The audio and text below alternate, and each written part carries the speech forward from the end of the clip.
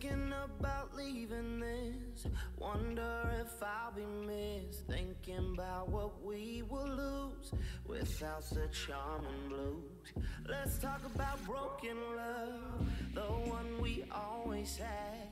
There's things I can't forgive, there's things I still regret. Filling the space when there's no one around. I'm licking your wounds when you fall to the ground. It's better to realize we need that broken love. Drown in the ocean, but when we wake up, we rise like a fire, but never enough. We need that broken love.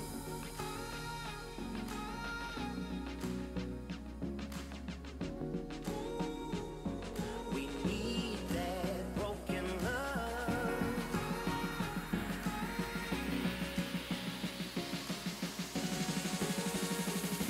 We need that broken love.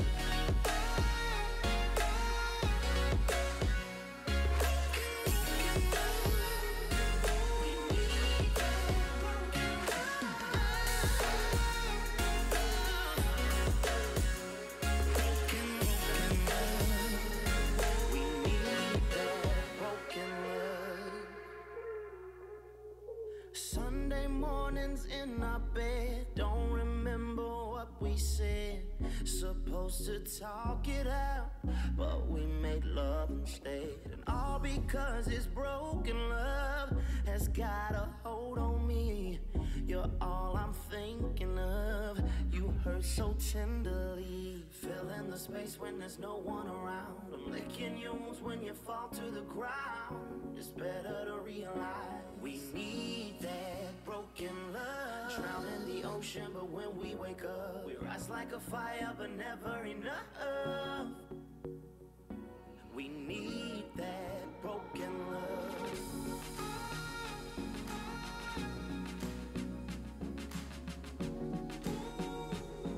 We need that broken love.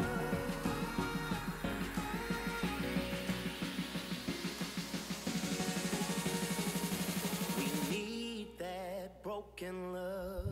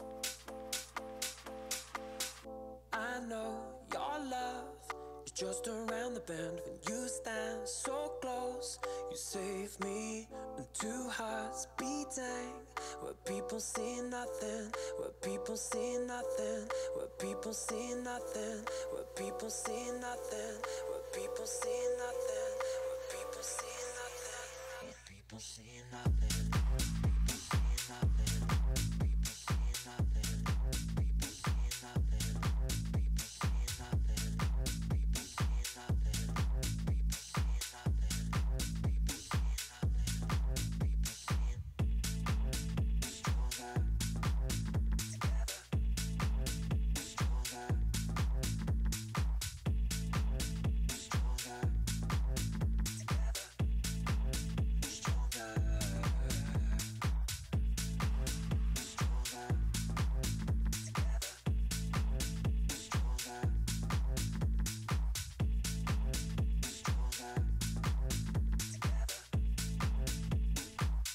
so caught in the middle, the middle, the middle, the middle, the middle, the middle, the middle.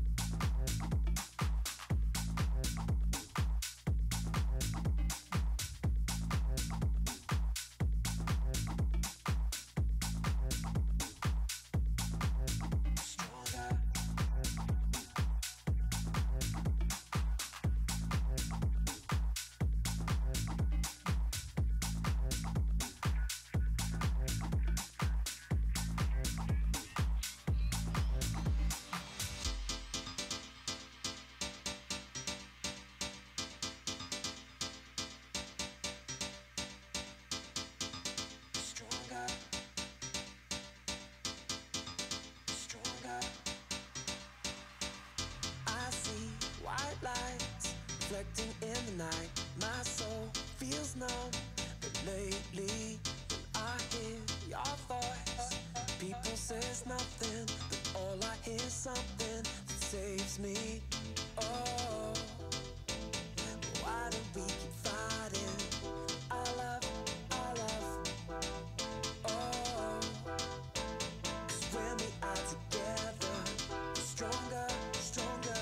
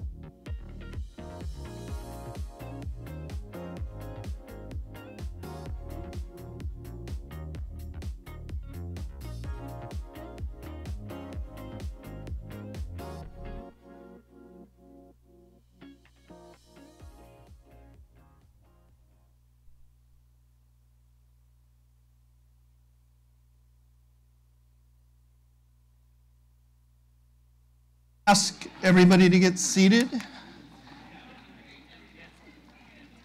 In the room, just want to talk to you all for a couple of minutes before Ariel and I get started. My name is Rich Gold. I'm the head of the public policy group here at Holland & Knight. And just for some basic instructions and safety information for everybody before we go live and start streaming. Just for you all, thank you all for joining us today. I wanted to remind everyone that the program will be streamed live. At this time, I'd like to ask all of you to please silence your phones. If you need to exit the room, I'd like to ask that you please be mindful of our camera. Point to the camera straight. Oh, our camera? That line always kills. You can use it every year and it still kills. It's amazing. And refrain from walking in front of the camera, which means those of you on this side of the room, if you need to leave or go out to the restroom, go out the glass doors. The restrooms are around us and to the back. Those of you on this side of the room, that's you guys, can go out that door and achieve the same thing, and that way nobody will cut off the camera line. Let's see. In the event of an emergency, the closest stairwell is located outside of the doors, and in this case, you can cross over outside of the doors to my left, right past the table where you picked up your badges. All right, if everybody else can get seated in the room, I'd appreciate it, and we're gonna go live in about 10 seconds. You coming up? Hi, everybody. Welcome. I'm Ariel Elliott, president of Bloomberg Government, and we are very excited to be here today for the Bloomberg Government Holland & Knight 2018 election recap. I'd also say I'll look forward as well. And I want to add, I can't think of a better partner for this event, so thank you to Rich and the Holland & Knight team. I can't think of a more substantive and smarter firm to be sitting down and talking about post-election policy with, so this should be a really great event today. I think most of you know Bloomberg Government. We are your one-stop comprehensive shop for legislative policy and tracking. I would describe the election as our Super Bowl. So for those of you who are subscribers, I hope you're checking out our profiles of the freshman members. We also just published profiles of all of the committees. So that should be really useful information for all of you, and we're working on a lame duck piece coming out following this event. So very excited to be here again. Thank you all for coming, and with that, I will hand it over to Rich. Thanks very much, Ariel, and we too are very excited to be here with Bloomberg. We, I think, are very similar in that we are not necessarily flashy all the time, but we're both very substantive, and hopefully you'll take a lot of good information out of today's program. For those of you in the room, you've got slides on your chairs that you can, will not be sort of followed up here directly in terms of how we do the program, but what you can use to take notes on and obviously take home with you. For those of you streaming on the web today, you can find those slides on the Holland & Knight website. A couple of things before we get started. First of all, we want to obviously extend our thoughts and prayers to the families and the victims in Thousand Oaks this morning, and we're hoping that everybody is going to get through that okay. If you'd like to ask questions during today's program in the room, at the end of each panel, there'll be time for questions, and we will have Lisa and Stephanie walking around with microphones for those of you in the room. For those of you streaming online who would like to ask questions, you can get those to us via Twitter by using the hashtag AskBGovHK. Our panelists will try to answer all of your questions live during the program, but if we get a lot of questions and a lot of people online, we may tweet out answers following the program. In addition, our team has put together a few slides, which I covered already. Oops, sorry.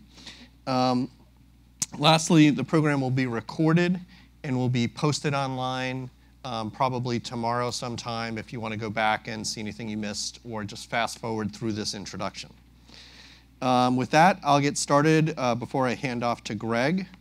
I'm sort of thinking of this from the perspective of what are the 10 words that describe sort of where we are right now in American culture and sort of moving forward for the next 2 years. That will be different from the 7 words you can't say on television, although not all that different. So I came up with these 10 words. You can do this as an exercise for yourself. Earmarks, question mark. Infrastructure, drug prices, investigations. I like this one coming. Warlike stance. Like, who was thinking about that a couple of days ago? The upper Midwest, red state Medicaid expansion, blue state carbon tax decline, Mueller, emoluments, and triangulation, question mark. Hopefully we will touch on all of those topics today in some way, shape, or form in the substantive panels you're about to kind of go through. But it's clear after Tuesday night, a couple of things. The country is redder and bluer than it was even a couple of years ago. Remember when we had the Gang of 10 in the Senate, sort of that moderate middle you could hang on to, who would come together on key issues like judicial nominations and major legislation and sort of save the country? Well, that's basically down to 4 people in a booth at Compass Coffee right now, hiding and hoping nobody sees them. The gender gap on Tuesday night, women 21 points plus for Dems, men split pretty evenly, white men 48 to 50. I should say, for all of you Democrats in the room, just before we came on here, Ariel and I FaceTimed with Ruth Bader Ginsburg, and she told us, it's all good, thumbs up. In the biggest election on Tuesday night, the president, of course, beat Taylor Swift in Tennessee.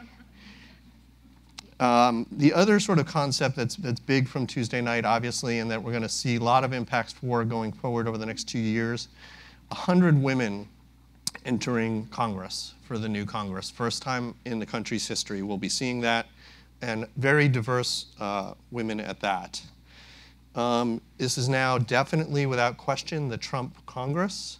Those who in the Senate and the House who had questions of the president or would stand up to the president before are no longer with us. We'll see if any of the new folks fill that role, but a lot of the folks who were from the Republican Party standing up to the president have moved on to other things at this point.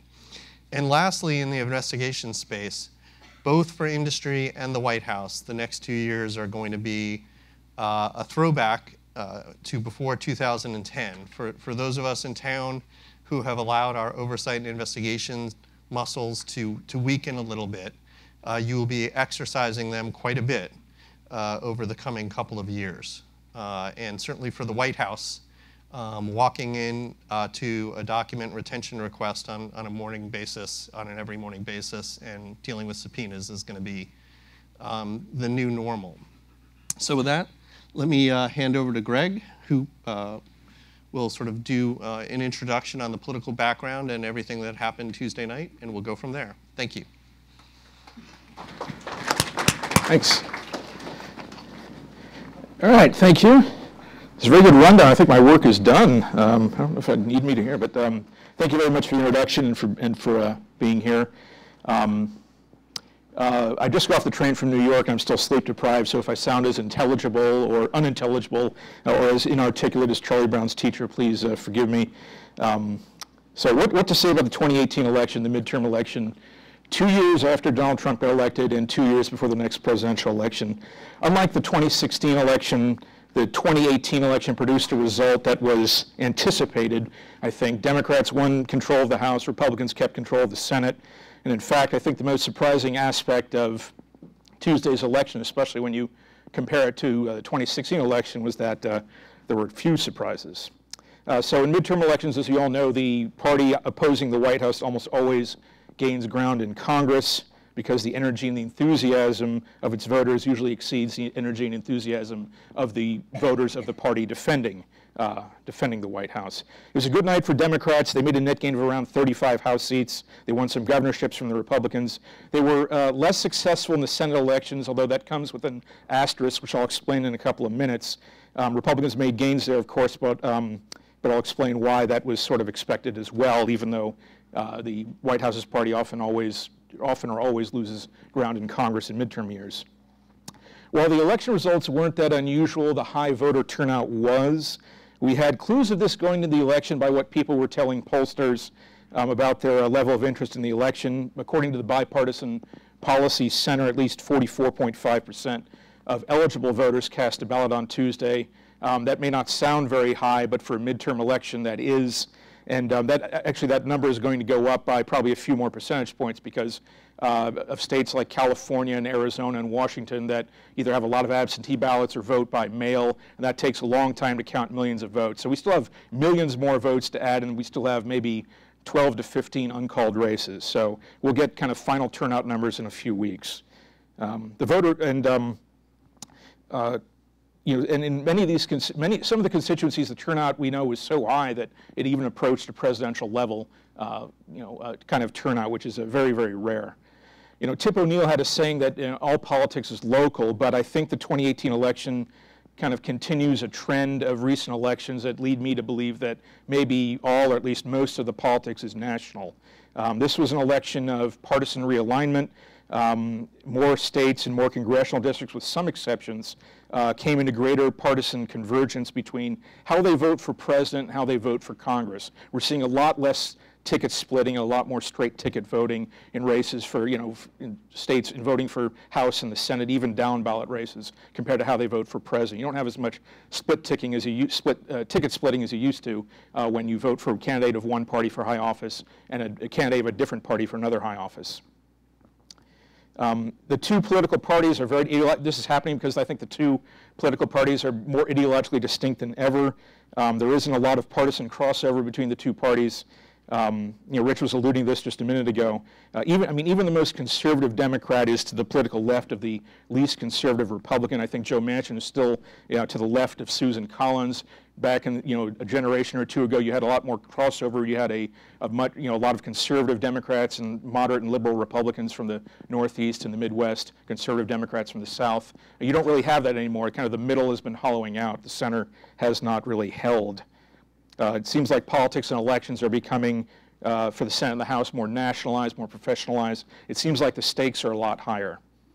To paraphrase a sports analogy from the political analyst Ron Brownstein, I think more voters who used to vote for the name on the back of the jersey are now voting more for the color of the jersey.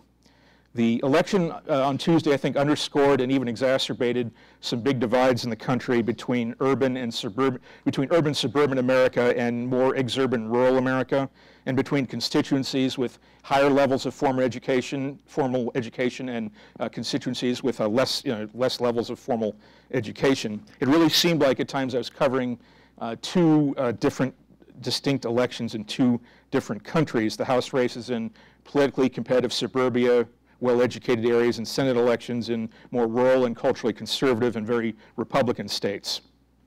So on to the House Representatives. Democratic gains will be in the mid-30s. We still have about a baker's dozen races to call, but right now, and I checked the numbers right before I got here, the Democrats are right now at 224 House seats. They're leading in 6.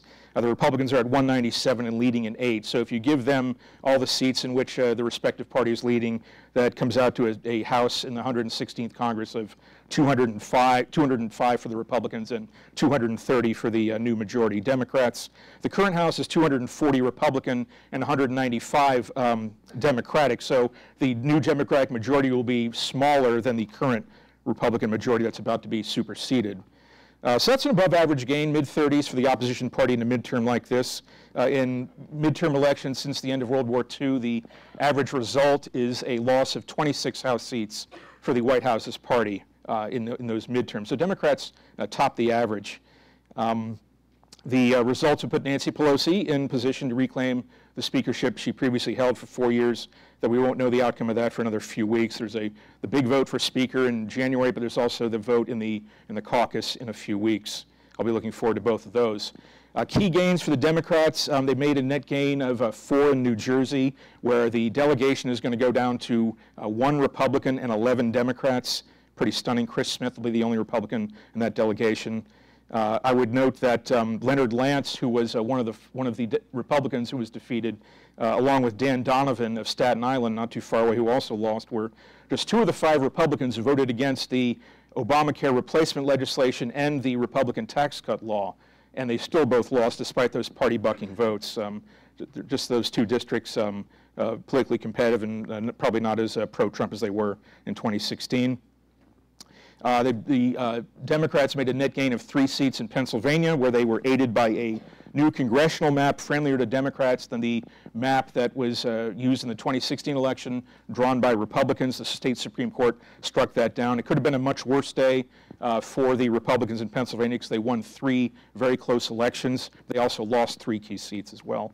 Virginia, Democrats gained 3 seats.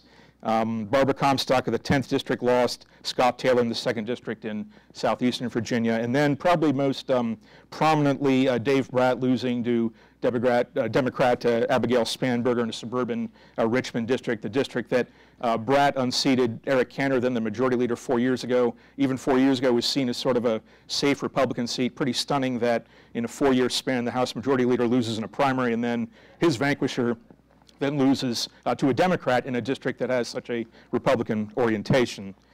California, Democrats picked up at least 3. There's still some races out there. One of the flips was in the 25th district where Steve Knight lost. That's the district that includes Thousand Oaks, the site of the tragedy early this morning. The most surprising result, I think, of election night was probably in Oklahoma. Kendra Horn was elected in the 5th District, Oklahoma City. She beat Republican Congressman Steve Russell. This was the least pro-Trump district in Oklahoma, which is otherwise very Republican. Their outgoing Republican governor was not very popular. The Democrat candidate for governor did well in Oklahoma City. I think that probably helped sweep in Kendra Horn. That was probably the biggest surprise of a night where there weren't too many surprises. Many of the Democratic wins came in districts with above average levels of formal education, as I noted earlier. Democrats already hold a majority of these districts, but now they will hold an overwhelming majority. Just today, this morning, Congresswoman Karen Handel of Georgia's 6th District, suburban Atlanta, conceded her election to Democrat Lucy McBath. This is the most well-educated district in the country held by a Republican. And that district fell. Most of the other well-educated districts held by Republicans fell to the Democrats. Barbara Comstock had the 2nd best educated district held by Republicans. She lost. Mimi Walters, 3rd. She barely hung on in California. Rodney Frelinghuysen, 4th. He retired. His seat went Democratic. Peter Roskam, 6th. He lost. Leonard Lance, 7th. He lost. Eric Paulson in the suburban Twin Cities area, he lost. He was 8th. Ann Wagner of Missouri, 9th, usually a safe incumbent, almost lost. And John Culberson was 10th. He was defeated as well. You get the idea of just how these big shifts in these districts that used to have very strongly Republican orientations, but have since, in the era of Trump, have not voted as strongly Republican as they used to. Many of these high education districts are also among what I like to call Clinton Republican districts. So there are 25 districts that voted Republican for the House and Democratic for president in 2016.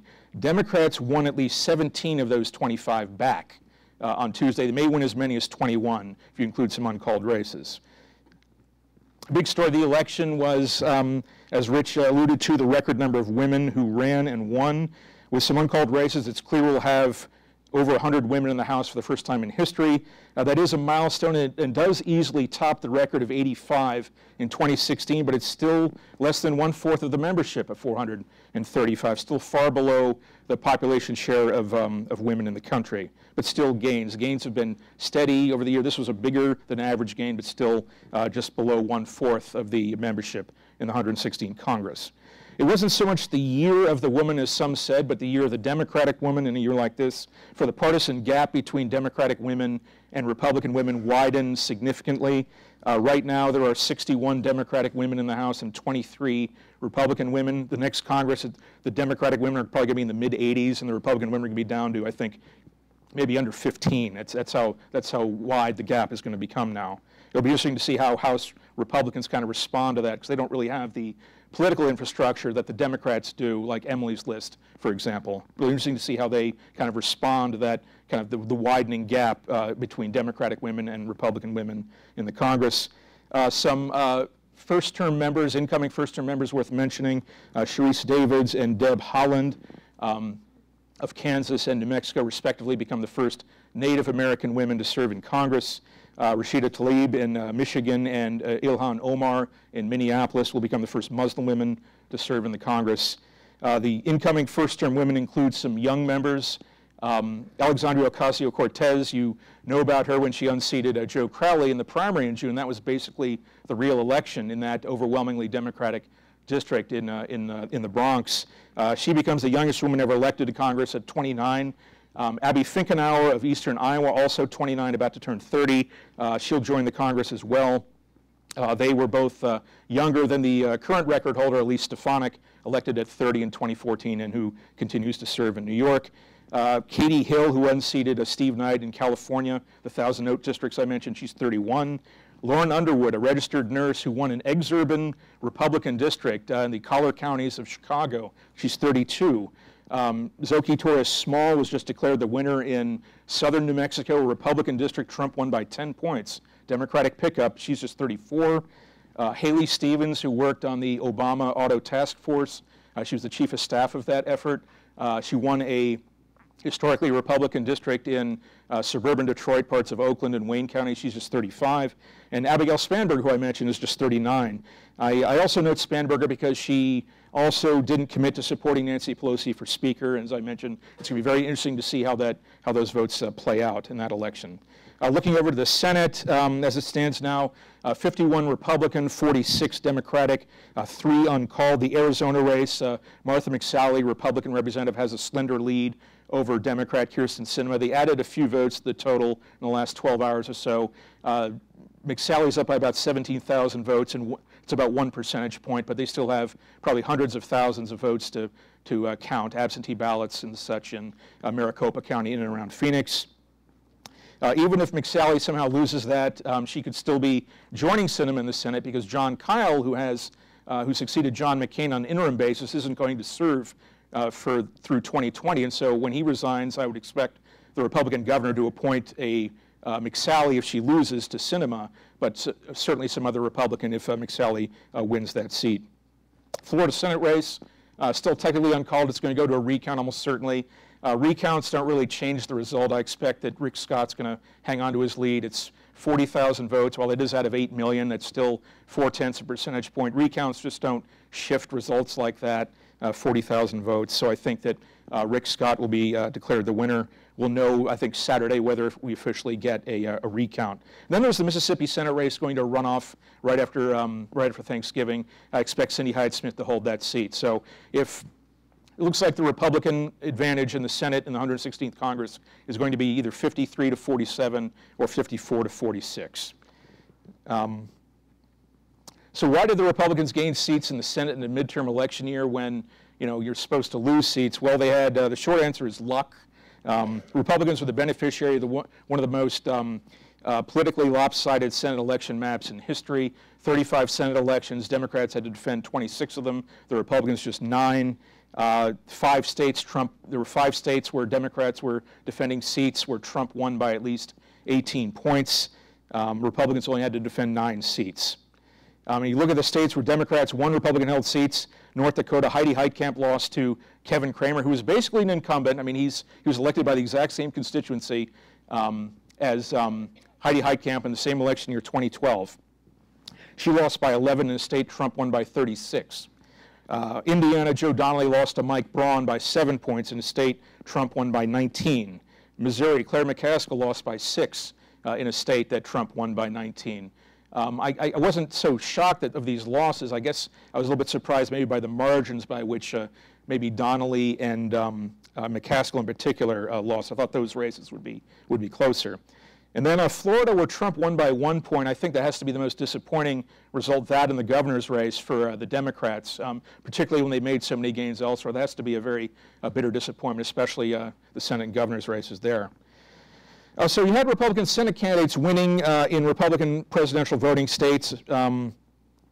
The award for Survivor of the Year, I think, may go to Joe Manchin in West Virginia. He actually had to defend the state that gave Trump his best percentage in 2016, and he held on by a few points. And then John Tester probably gets the silver medal for survival in the Senate races. He won by a couple of points in a state Trump won by 20. Republicans held all 9 of their Senate seats that are on the ballot except for Nevada, which happens to be the only state where Republicans had to defend a seat in a state that voted Democratic for president. Again, all politics is national. At least that's the way I tend to see it, more than all politics is local these days. It could have been a lot worse for Democrats under this map. I think having Trump with a mediocre approval rating allowed some Democrats in some marginal pro-Trump states to win rather easily. Bob Casey in Pennsylvania, Tammy Baldwin in Wisconsin, even Sherrod Brown in Ohio had an impressive win even when his party's nominee for governor was losing. And he also had all 26 Democrats ran for re-election, so that probably helped them. Open seats are usually easier to flip than those that are defended by incumbents. And but Republicans also avoided, a lot of retirements. They had 3 on their side, but they also avoided the fractious primaries that really hurt them in 2010 and 2012. Did the Brett Kavanaugh? I get asked a lot. Did the Brett Kavanaugh matter affect the elections? It might have. It's hard to tell if the uptick in Republican enthusiasm was caused by that or if it was correlated by that. It's clear Republican enthusiasm came and closed the gap a bit with Democrats near the election. But Manchin's race got close anyway, even though he voted against Kavanaugh, and it didn't really help Dean Heller that he voted for Kavanaugh because he still lost by a wider margin than Trump lost the state in 2016. I think Trump's direct focus on illegal immigration probably helped him in a lot of these very Republican states. It's clear that I think to me that Trump had a rescue the Senate majority or even increase the Senate majority strategy. I don't think he didn't really do much at all to help the Republicans in the House. In fact, Tom Davis, the former chairman of the Republican, the House Republican campaign organization, former congressman from Northern Virginia, told me yesterday Trump, quote, threw his suburban members under the bus to save the Senate. Now, they did lose the House, but they did increase their Senate majority, and that's a big prize, especially when you consider judicial nominations, if there's another Supreme Court opening in the next 2 years. And so, we can't really underestimate that or undervalue that. If 53 to 47 or 54 to 46 Republican Senate makes it that much harder for the Democrats to win control of the Senate in 2020. The Republicans will be defending a lot more seats then, but a lot of them are in Republican states, and so that's a bit of a cushion I think the Republicans are going to love having in 2020. They may even be able to save their Senate majority even if Trump isn't reelected. Most of the 2018 Senate results and the composition of the current Senate and the new one in January kind of underscore how politics is more national, as I said. If you look at the 100 current senators and how their states voted for president, there are 85 of them right now that are of the same party as the 2016 presidential nominee who carried their state. That is basically, another way of saying that is there are a lot of states that voted Trump and have 2 Republican senators, and a lot of states that voted Clinton and have 2 Democratic senators. You don't have a lot of crossover. And that's going to be exacerbated, I think, in this election. That number is going to go up to, I think, the high 80s, maybe close to 90. In the early 1990s, the number was under 50. You had a lot more split ticket voting. Of the 51 current, think about this for a second. Of the 51 current Republican senators, 48 of them are from states Trump won. The 3 who are not are Dean Heller, who was defeated for re-election, and then Cory Gardner of Colorado and Susan Collins of Maine, who are up in 2020. Of the 49 Democratic senators, 37 of them are from states that Hillary Clinton won. The 12 Democratic senators from Trump states included the 10 who were up for re-election on Tuesday. So again, all politics is national. And then a quick word about the Senate freshmen, then we have a few minutes left for questions. We don't have a big Senate freshman class because there weren't that many retirements.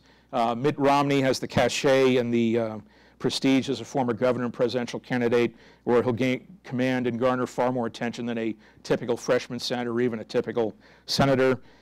You've got, I mentioned Kevin Cramer and Mike Braun. Josh Hawley of Missouri will be the youngest senator at 39. Born December 31st, 1979, so we're one day short of having our first senator born in the 1980s. We've got Rick Scott, of course. You do have a block of former governors that come to the Senate. It'll be kind of an adjustment for him running a big state, one of the biggest states, to being one of 100, but a lot of people have done that, including both of Virginia's senators.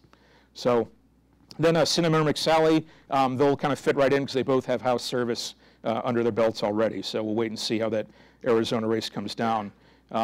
So let me stop there because I know we just have a few minutes left, and the governorships are very important, state legislature is very important, but I'll just maybe save that for later, any Q&A you want to have right now, because we have just a few minutes left. So questions, comments, insults, whatever. This one was stacked, wasn't it? On the comment question front, can you just talk a little bit about the 3 upper Midwest state governorships and sort of what that means for Democrats and Republicans in the 2020 presidential? Yeah, I think it really underscores how the upper Midwest is. We talk a lot about kind of emerging battlegrounds, and for a while it was Virginia, and then there's a lot of talk about the interior West. But watch the upper Midwest. I mean, Minnesota was a lot closer than people think in 2016. Iowa shifted from Democratic to Republican. The Republicans barely held the governorship there. The Democrats were able to flip back Wisconsin, defeating Scott Walker. They won back Michigan. So I think I wouldn't extrapolate much into 2020 by that, but I think underscores that these are the states to watch. Among the 2020 states, considering how Trump was able to flip them from their longtime Democratic moorings, Michigan, Iowa, almost flipping Minnesota, and so. Flipping the governorship in Michigan, they almost got Iowa, they got Wisconsin, a big prize because of Scott Walker's national profile, and I think they flipped a few others, including Kansas, where Chris Kobach lost. So 7 governorships they flipped, and the Midwest was certainly kind of a central part of those elections. Yes. Thank you. What conclusions can you draw about the battle within the Democratic Party between the progressives and the moderates? I think that remains to be seen, because they came into this election as the minority party. They had really no responsibility for governing. I mean, when there was kind of talk before the election, do the Democrats need a message to win the election, a policy agenda? They've got some, I think, things they want to do, they want to agree on, but they didn't really need a message. The opposition party never really needs a policy message. In midterm elections, if you're the opposition party, your message is opposing the governing party, opposing the president, opposing the White House. That was their message. Now they have a responsibility for governing because they've won control of the House. It will be interesting to see just kind of how far they want to push on issues like health care. But there was a lot of agreement, I think, even among Democrats who you might call liberal, Democrats you might call more moderate, and some of those distinctions are becoming harder to discern, I think, today.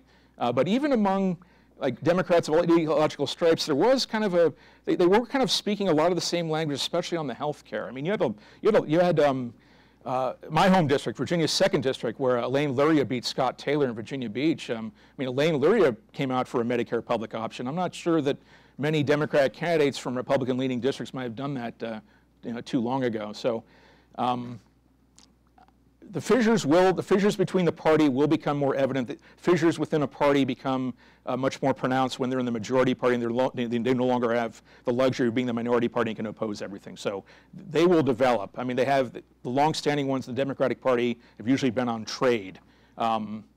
And Trump has sort of upended the kind of the ideological spectrum on trade somewhat, but we'll wait and see. We'll wait and see how that plays out. But yeah, the cracks in the Democratic Party, we'll start to see them now when you have all these candidates running for president. Now that they have the House majority. Yes. Does the new speaker have a governing majority? Are there enough blue dogs to keep Republicans effectively in charge, or does she have enough control over the new members who are likely to be more independent-minded? It's a good question, and I think it'll depend on the final margin we have. And I want to look at the new members and what they've said about voting for Pelosi. She's very effective. She was able to kind of corral the votes for the healthcare overhaul, even from people you might consider more blue dog oriented, to get that passed in 2010. I'm really interested in that vote for speaker, because we had a number of people, including some in uncalled races who were leading, who said they wouldn't vote for Nancy Pelosi. Now, it's important to note that there are really 2 votes for speaker. There's one in the caucus, the private vote in late November, early December.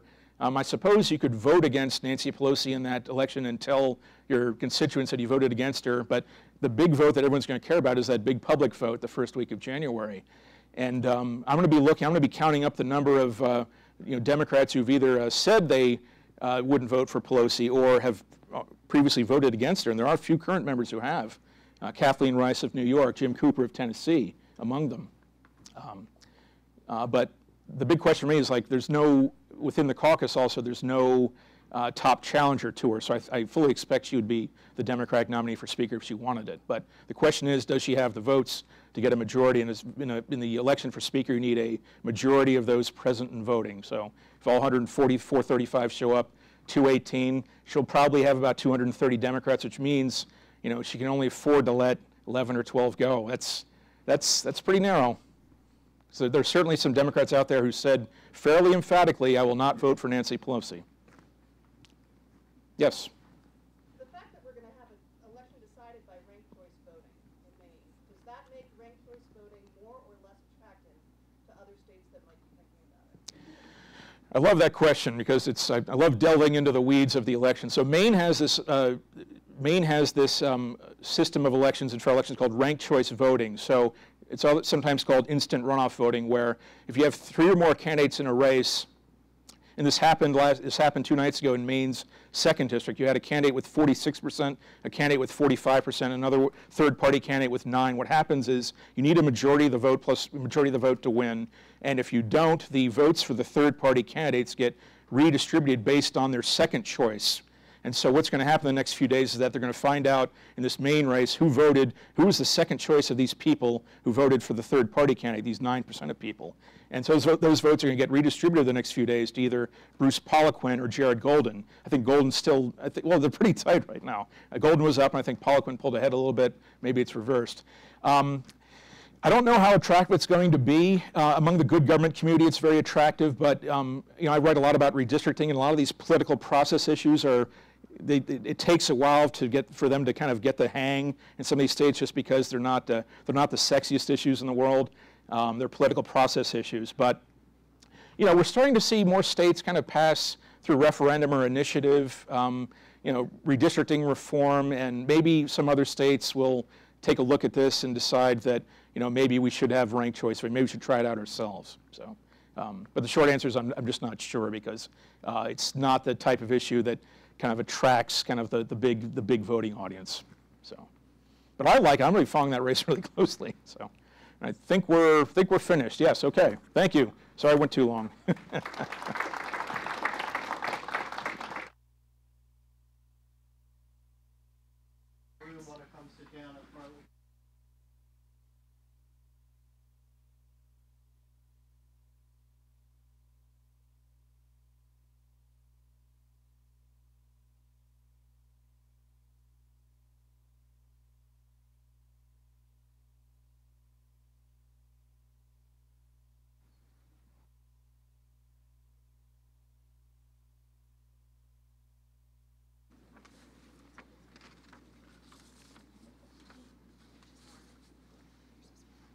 They just told me to sit over here.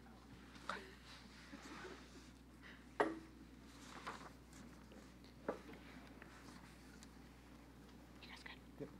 Hi, thank you for joining me. I'm Heather Rothman. I'm news director at Bloomberg Government. I hope you enjoyed Greg's presentation. As you can tell, he is amazingly smart and passionate. And because of him, we didn't have to write 17 last-minute stories on the Senate. So, and he was the only person to tell us that Tester was going to win. So take that with you. Joining me today on this transportation panel is Sean Courtney, our transportation reporter at Bloomberg Government. We also have Michael Friedberg, senior counsel here at Holland and Knight, and Shauna Watley, a senior policy advisor here at Holland and Knight. Thank you guys for joining us. Sure. So I'd like to start off with Sean.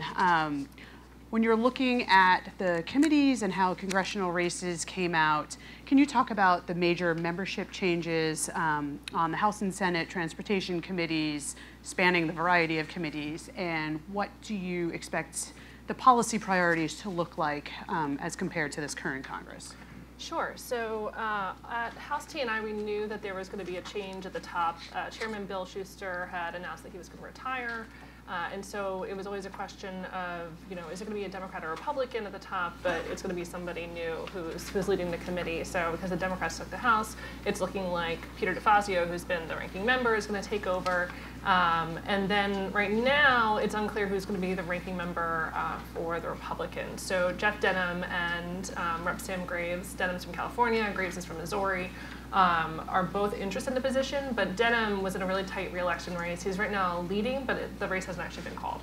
And so we're waiting to see what happens with that, and then if he wins that, then he's going to turn around and have to make his case for why he should be able to be the leader. So yesterday, Sam Graves officially announced that he is in the running as like a glossy website, and he's really pushing for it. So that's going to be interesting. DeFazio has a reputation for being generally pretty bipartisan, I would say, and he's already met with the White House, with their chief legislative counsel to talk about infrastructure. And in a call with reporters yesterday, he was pretty optimistic that they might actually be able to do something. And he was saying that any infrastructure proposal would be separate from the reauthorization of the FAST Act. So we're looking at potentially two different paths forward for infrastructure, something he thinks that could happen quickly, and then they'd have to look into much more of the policy things around the FAST Act.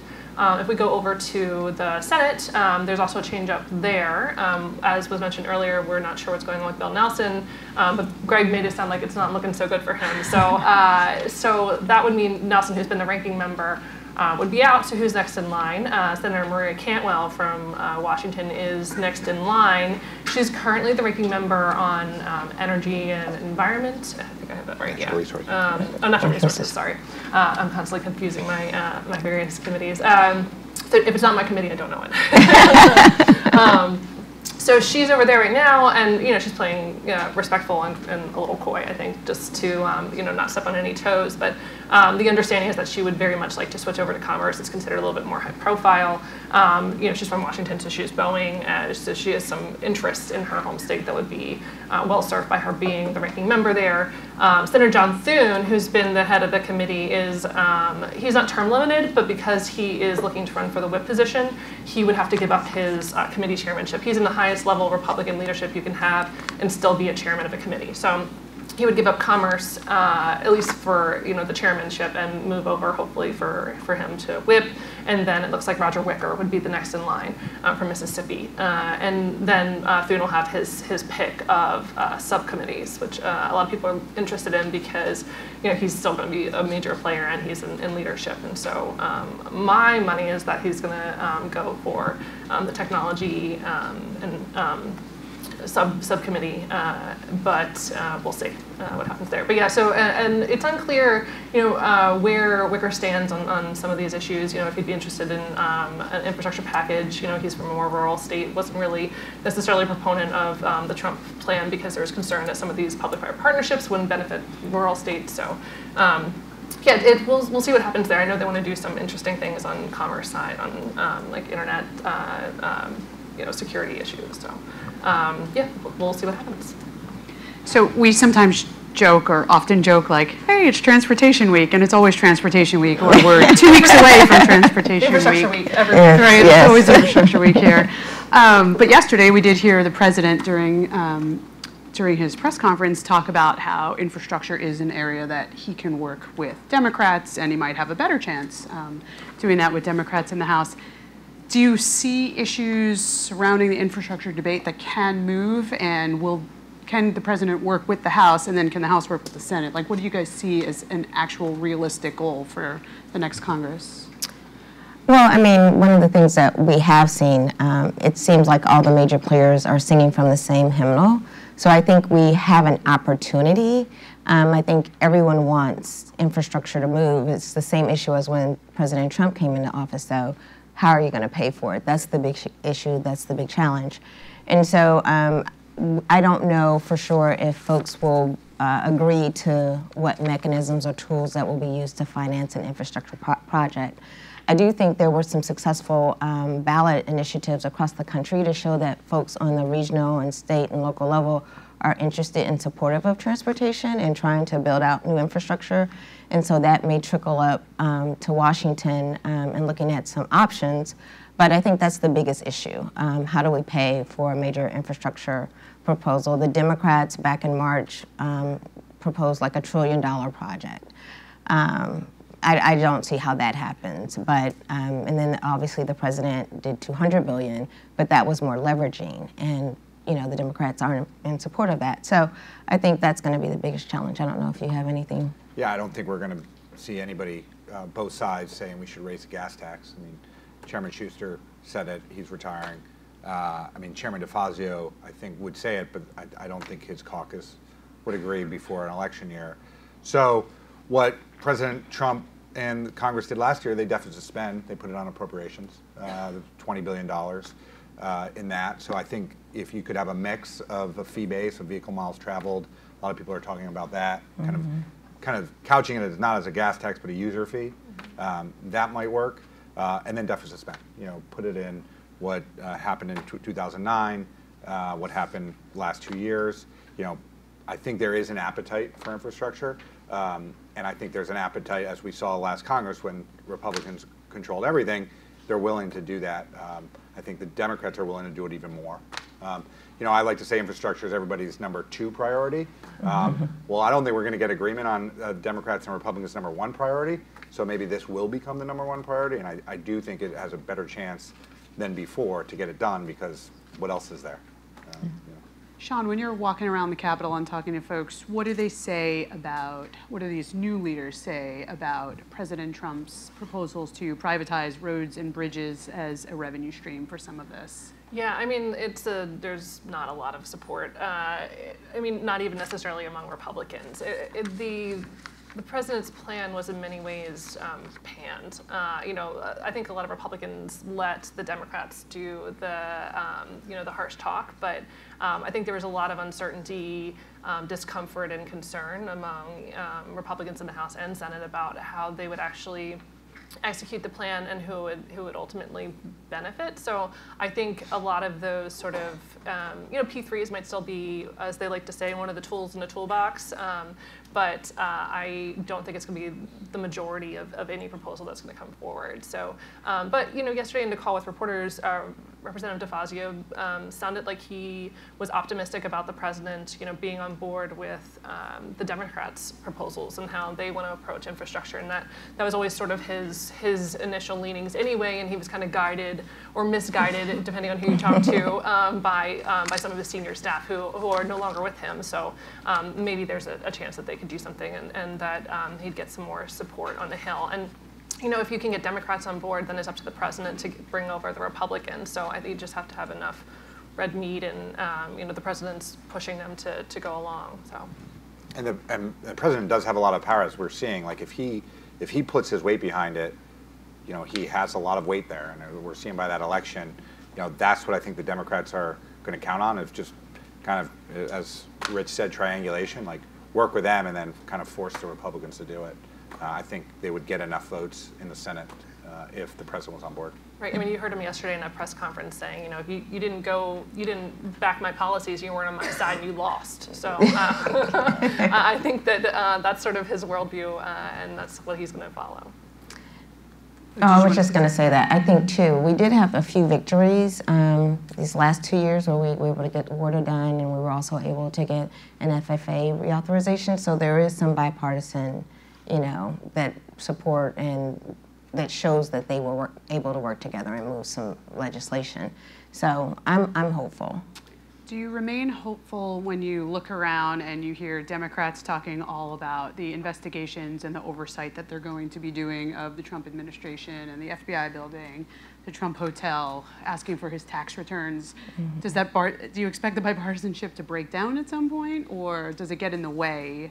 Do you anticipate the investigations getting in the way of actual progress on bills? I was looking and trying to figure out where DeFazio kind of landed on that as far as oversight. Some of his issues were just like the grant programs, making sure that some of the blue states in the urban areas received more funding, and safety issues. But I think infrastructure is one issue that they can kind of come together on. Also, was looking at some of the potential subcommittee chairs, and they talked about EPA and looking at interior, but I think that they may be able to actually work together on both sides of the aisle to get infrastructure done outside of all the oversight and kind of issues. I think the question I have, though, is that under DeFazio's portfolio, when he's talked about this, are some of the things with like the Trump Hotel and like why did he decide not to move forward on the FBI building, and that he has oversight over that. And so if he's questioning Trump on like was he trying to affect the price of real estate near one of his properties, is Trump really going to want to move forward and cajole Republicans to get on board with the Democrats? I think it's a valid question. So you were talking, Mike, about priorities and infrastructure. What else, when you're looking ahead to the 116th, what do you think the priorities are for the Congress and for you guys as you're looking ahead and preparing for the year? I think reauthorization of the FAST Act is one of the big priorities, and amongst that is one of our clients says technology is the new asphalt. So what is technology going to do in transportation? You're looking at V2V, V2I, vehicle to infrastructure, vehicle to vehicle, drones, implementation of the FAA that just got passed, and then intermodalism. Where are we going to be with port infrastructure and how that works with trains and trucks and everything, and then with labor, I think labor, they had a lot of power with Republicans, but they're going to have even more power with the Democrats. So where do they come in with autonomous trucks? Senate Commerce controls autonomous vehicles and trucking. Mm-hmm. Energy and Commerce controls autonomous vehicles, but trucks is on T&I, and the House bill did not put trucks in the AV starting for that. I think you're going to see a lot more kind of interaction with those committees on those issues. I agree with Mike. I would say the same. And Sean, how do you see some of those issues playing out given the new players that are? Yeah, I mean, I think the workforce issues are really interesting, especially when it comes to automation. And I think you're starting to see people on both sides of the aisle kind of ask questions about it, because there's a thought that, there's some people say that there's a truck driver shortage and automation might be able to help with some of those problems. But then, they're also wanting to make sure that people aren't being completely displaced, that maybe there's some sort of like job retraining, and there's a lot of conversations right now around doing studies on that, sort of wanting to know that we're preparing the workforce for when that happens. And I think that affects both Republicans and Democrats, especially, if you look at where cars are made. If you're looking at Michigan, if you're looking at some of the sections of Ohio, I think this is this area where there is some bipartisan concern, and that a FAST Act might be a good place to see some of those automation studies being requested, or asking for funds to go towards retraining or something along those lines. I do think it'll be interesting to see how they work with DOT. I mean, the secretary just kind of got pinged on, she's not pushing out the money for an AV program. So big scoop. Oh yeah, well, congratulations. But so I think it'll be interesting to see the dynamic on that front. And that was bipartisan. Yes. There was definitely a Congress versus DOT in how they're interpreting congressional intent. Now I think this kind of takes off the handcuffs of the House, at least, to say, all right, we're going to have hearings on it. There was a lot of staff to, why are you doing this? Now I think you might see, hey, what's going on? I think DeFazio said, what does impoundment mean on releasing these grants? And there are a lot of grants that they have said, hey, we have 180 days, or you have to do this, and they're just sitting on it. So. Yeah, I think for sure. And also an interesting element of that is that, the letter was from appropriators, bipartisan appropriators. And, Susan Collins has been in this position over in the Senate where she's had a couple tough votes, and there's a lot of pressure on her to side with Republicans. Like, she might be in a more comfortable place to actually side with Democrats more often. And as an appropriator, you tend to be a little bit more moderating anyway, because you're worrying about where the money goes. So you might see some bipartisan efforts at trying to get DOT to spend the money that they've been told to spend. Do we want to stop for a second? Anyone have any questions on infrastructure or anything that we've chatted about so far? Sir. One of the issues you did not talk about is auto safety, and given the new House I got to believe Energy and Commerce is going to focus on those kinds of issues. The new NHTSA administrator, I don't think, has been confirmed. She's still acting. Just Friday. Go ahead. Yeah, Heidi King is still the acting administrator, and I don't know that. Yeah, I'm not really sure what her prospects are. Maybe in a Senate that's well, I guess it will expire at the end of this year though, so they'd have to re-nominate her, and her chances of getting pushed through might be a little bit better. And Nelson was a critic of hers, especially when it came to like Takata airbags and things like that. So you might see more of a push on the House side. I don't know what you guys are. I think there's going to be definitely an emphasis on safety T&I wide. So you're going to see pipeline safety hearings, rail safety hearings, PTC is going to be an emphasis, and then auto safety as well. I think you're definitely going to see those oversight hearings that you might have thought, oh, why haven't we had them in the last 6 years? No. Do those hearings die down when the next campaign season starts in like 6 months? Well, it depends. You know, the problem with T&I, not problem, but if there's ever an accident, you're going to have a lot of hearings. And then if there's ever an accident, that's when you bring up the safety bill. So the rail safety bill, it happened after an accident in California. Pipeline safety bill happened right after an accident in California. So, you know, that's where those things might happen. Even if you don't have to reauthorize, you might see more legislation on that. So many of these issues being addressed at the agencies. You hear me? With all these issues, a lot of these are going to be addressed at the agency side, right? With the new makeup of the Congress, how do you see that affecting agencies getting through, you know, the deregulatory agenda of Trump, the 2 out, 1 in? Do you think there's going to be an aggressive oversight work by the House side, kind of preventing them from doing some of this, or how do you think that relationship is going to work? I think the agencies are going to plow through and push forward on those stuff. So, I mean, I've read, it might have been Bloomberg, where it makes the executive branch, the way that Congress is working, a lot more powerful in the last 10 years. So I see that keep going. I just think you're going to see a lot more oversight.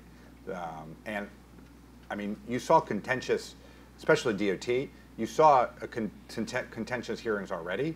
You're just going to have more contentious hearings.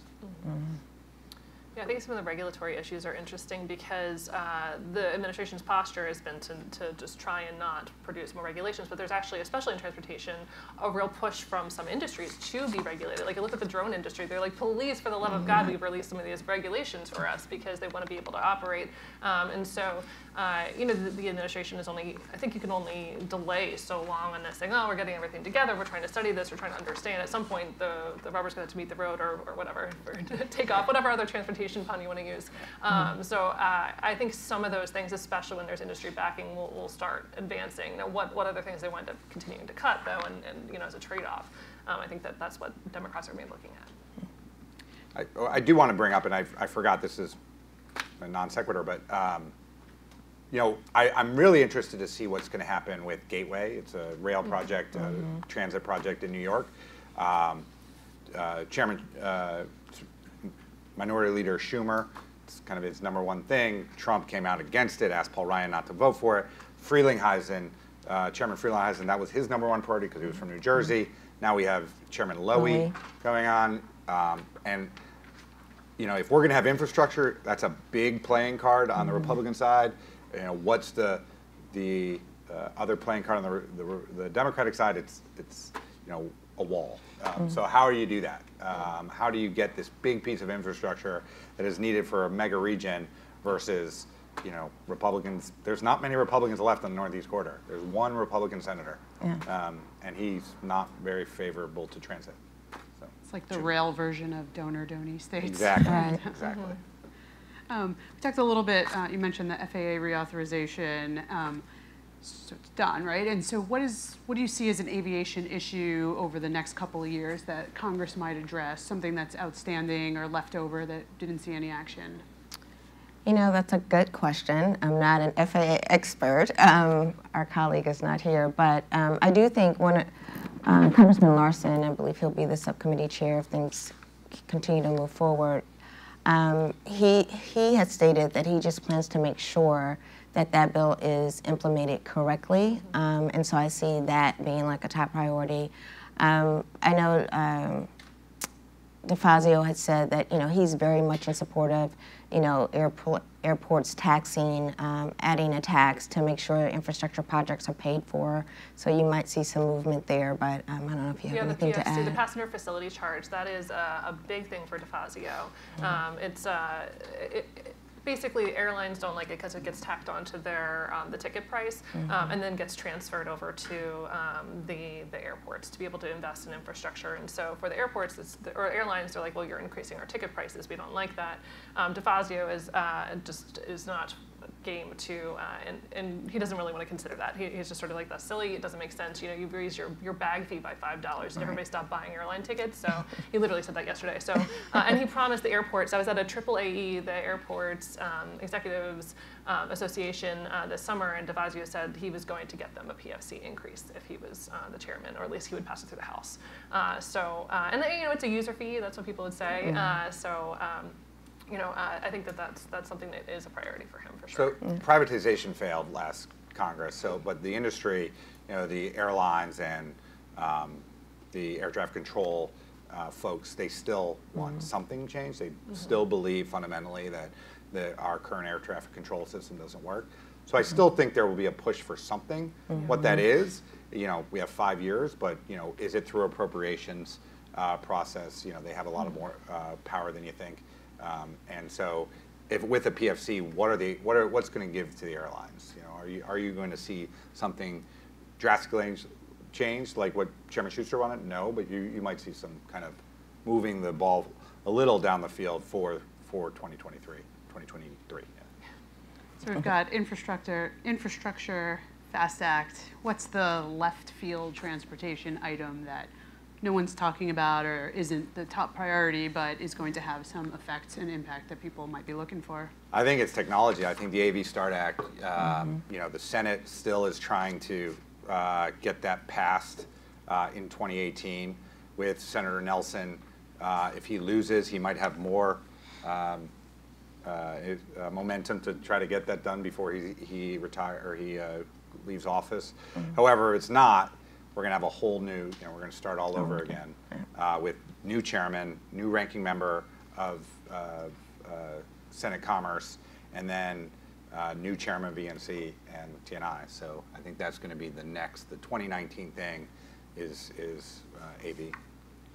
That's probably true, yeah. The other thing that it's not necessarily not spoken about, it's just creeping up on us, is the PFC deadline for train, or PTC deadline for trains, and we're expecting many railroads to not meet the deadline to need an extension. So right now they can get an extension if they've installed the equipment, but it's not actually operating, and there's different percentages of how much they have to have installed. So that's December 31st where they're supposed to have that deadline, and that was already an extension from 2015. So I know you used to work on rail. Yeah, so and most of those commuter lines are in Democratic districts. So they're gonna beat up on them and try to get it done, but are you gonna stop commuter rail? And that's the issue. And if there's another accident, God forbid, it's even puts more pressure on them. I also think another issue is intermodalism. A lot of our clients, both poor rail and trucking, are looking for that next thing to do. Where what are we going to do to make it easier, make it more efficient to ship goods? So I know a lot of people in the industry are kind of mobilizing of what can we do to kind of have a coalition to kind of bring that to it's for 2020, but they're going to start now. Is it creating hubs or hub and spoke? What are they looking at on the horizon? Well, that's the thing, how are we going to make the rail to, a good comes from a port, goes to usually a rail to a truck. How are we going to make that more efficient? How are we going to make projects, say land-side, we dredge a lot in the WRDA bill. We don't give that much money to the infrastructure on the land side of the ports. That's really private funds that it's hard to come by. Right. Also, if we could get the rail and the shippers aligned on kind of the hubs, as you're talking about, like how are we going to make grade crossings better, highways more efficient, and then truckers allowed to carry more goods. How many days does it take to get a freight rail across Chicago? longer than it takes from get to LA to Chicago. So we all know that. Yeah. We just have a couple of minutes left. Does anybody have any questions? Nope. All right. I have another kind of out of left field sort of thing, but not totally. I think there's been a increasing kind of bubbling up of conversation about concerns about China's role in our infrastructure. They have their plan to dominate the industry around the world, and they have there's some pushback from some freight rail groups that are concerned about if they are selling us transit rail cars and then start building plants here, which they have several plants, where they're building them here, like what does that mean? Does that affect the freight rail industry eventually? And then there's buses. Yesterday, DeFazio made a comment about Chinese companies coming in and selling cheap buses that don't even work, and that's what he said, not my evaluation of the buses. And you saw some bipartisanship on that in some of the appropriations bills. So I wouldn't be surprised if we saw more of that, especially because President Trump likes to kind of beat up on China when he can, and with the election, it could be an easy win for both sides to look they're being tough on our competitors. Yeah, Congressman DeFazio was the main sponsor of a letter about CFIUS, which is a Committee on Foreign Investment in the United States, to say, hey, what's going on with China in our investment in freight rail? He's very interested in passenger rail. Chairman Diaz-Balart is very interested in that. Kay Granger from Texas is. Look at Cornyn. Too. Yeah. But then on the opposite side, all these transit properties, what China does is they subsidize all the rail, so it's a lot cheaper. Right. So Chicago, LA, Philadelphia, Boston, they just bought Chinese rail cars. And they bought them at a very, very steep discount. Well, in some cases they were obligated to, because local sourcing rules require that they have to take the lowest bid, and the Chinese know that. And so, and it's really interesting. Yeah, a lot of our clients are very concerned about that issue. Great.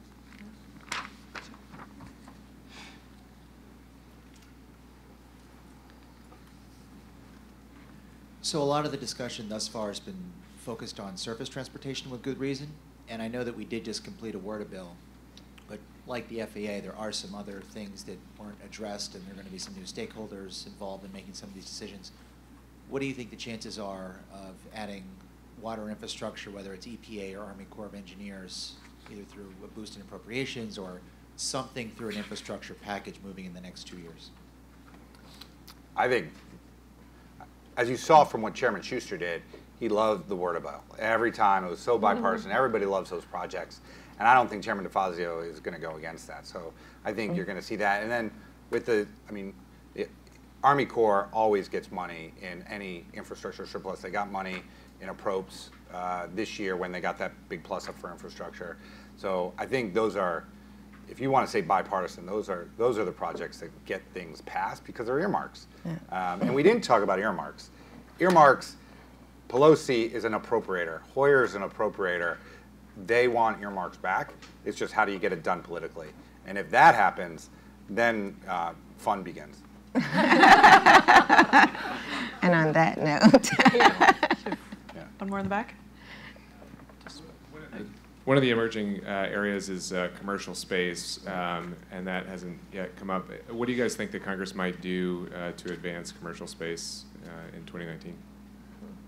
So, a good question. Anytime you have a space launch, it really messes up all the airspace for planes, GA, and as you see in Elon Musk and all those people enter the area, it's getting it's the sexy area of we might have a space force. So I think that's definitely going to be an emphasis. What they're going to do about it is kind of in the details, but I think you have to address it, and it's kind of implementation of the FAA bill. So I think there will definitely be a play in that over the next 2 years. Great. Well, I just want to say thank you for everyone for listening to this panel. Thank you, Mike and Shauna and Sean. We really appreciate you guys chatting with us today. Thank you. Thank you.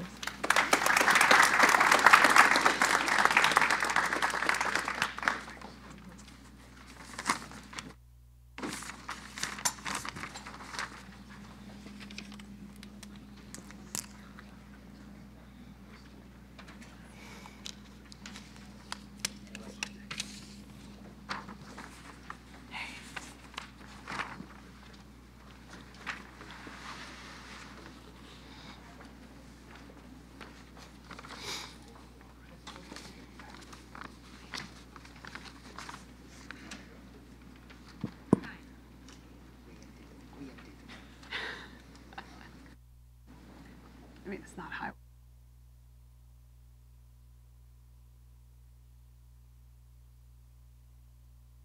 Good.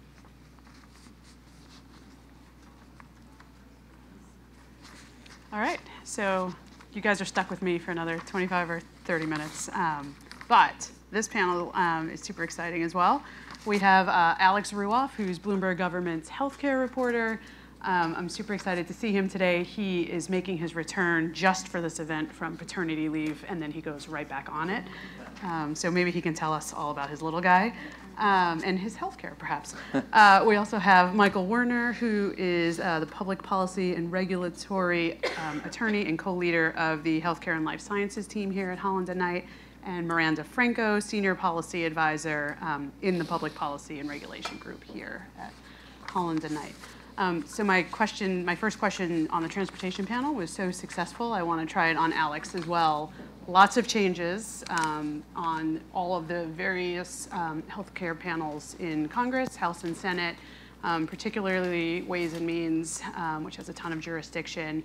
Can you talk about those changes and what they mean? Yeah, I'll start with where we know the least.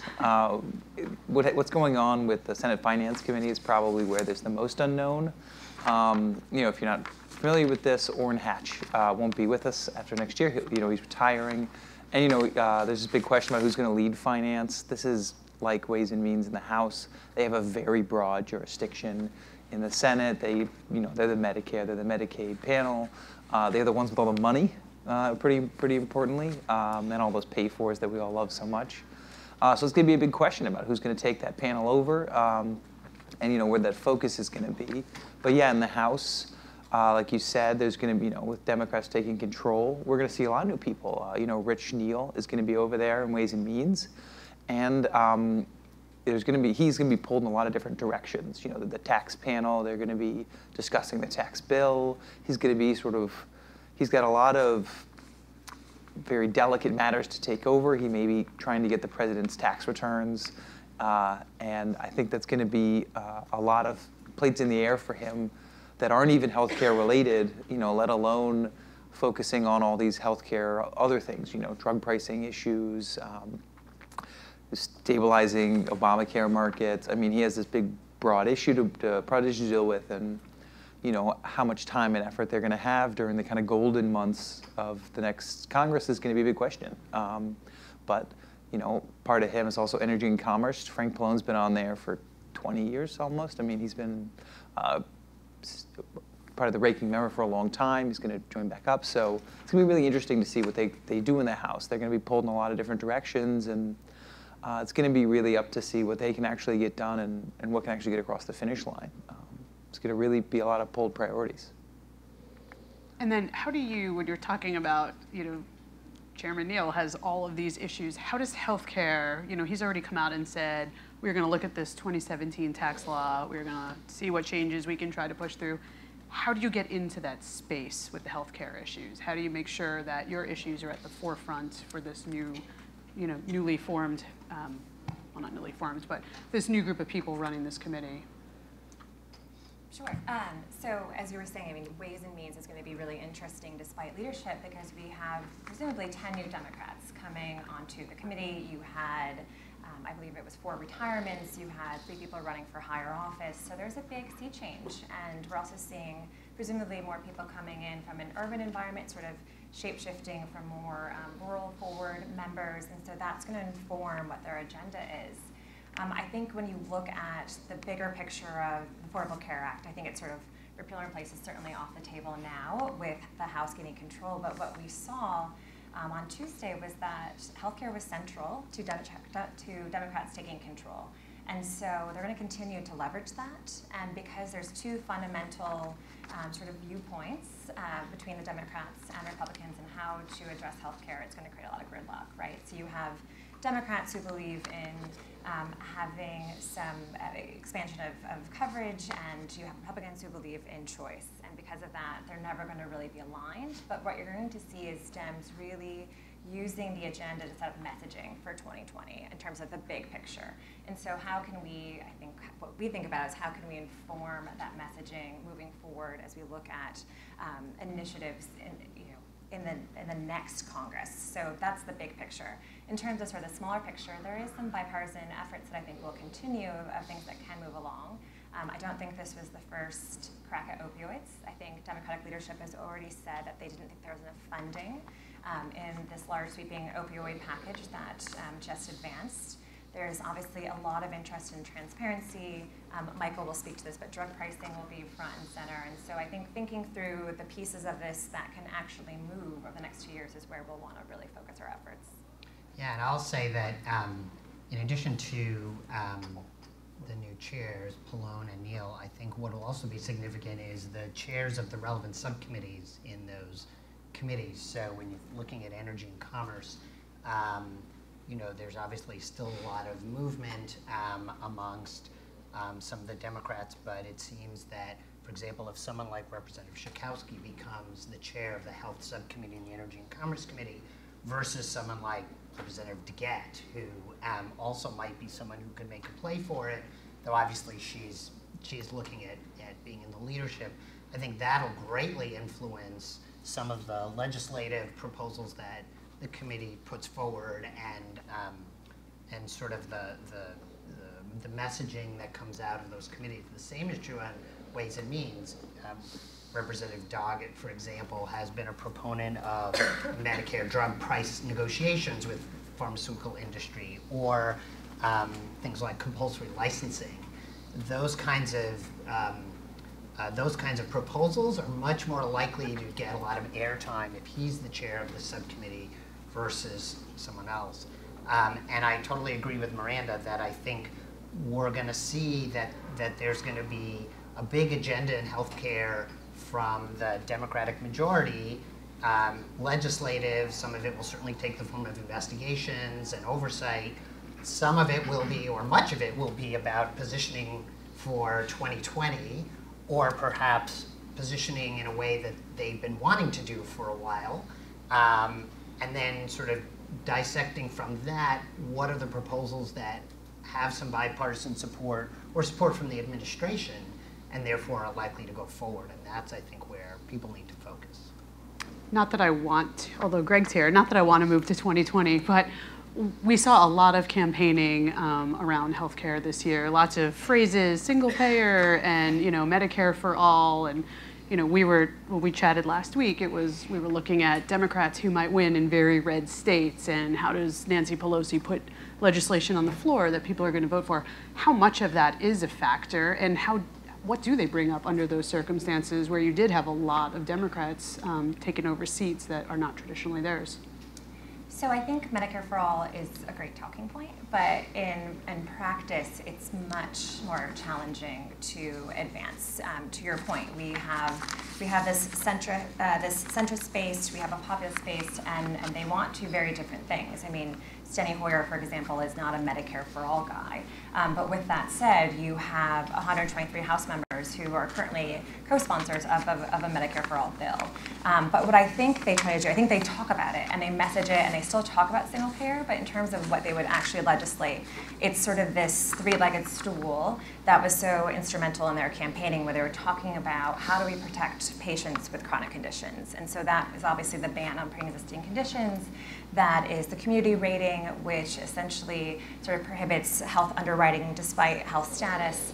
And then we obviously have the guaranteed issue, which ensures that people have access to health plans, again, regardless of health status. So I think they try to amplify some of that to ensure that there's protections. They try to push back on what this administration has done in a rulemaking way that sort of undermines some of those, right? So we have guidance that just came out last week on 1332 waivers that would essentially allow states to have tremendous flexibility in terms of allowing patients to use their subsidies to buy short-term health plans, which, as you may know, does not necessitate having pre-existing condition coverage, and would not have the state legislatures actually have to approve those, which is a pretty big sweeping change. So I think we're going to see the Democratic Party, at least in the House, really push back on that. And I think we'll see a lot of that in appropriations. I mean, approps will be a really interesting space, I think, across industries.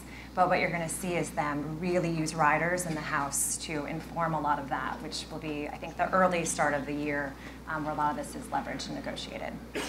Yeah, and I think that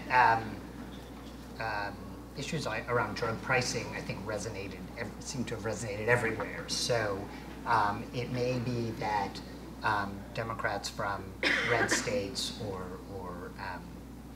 more conservative districts might feel a little bit more or less constrained about some of the solutions they get behind or how vociferously they promote them and things like that. But I think those kinds of issues had salience to a lot of voters on all sides of the political spectrum, and that's why I think the time is right for those kinds of proposals to move forward, and I think the Democratic majority in the House is going to see this as an opportunity to kind of set the policy agenda. And certainly push back on the administration if they want to do that, work with the administration if there are opportunities to do that. I mean, we certainly have seen the president himself talk about drug prices as an issue that needs to be taken on and sort of sending signals that it's an issue that he wants to work with the Democratic leadership on. So I think it'll be very interesting to see just kind of how all of that shakes out going forward.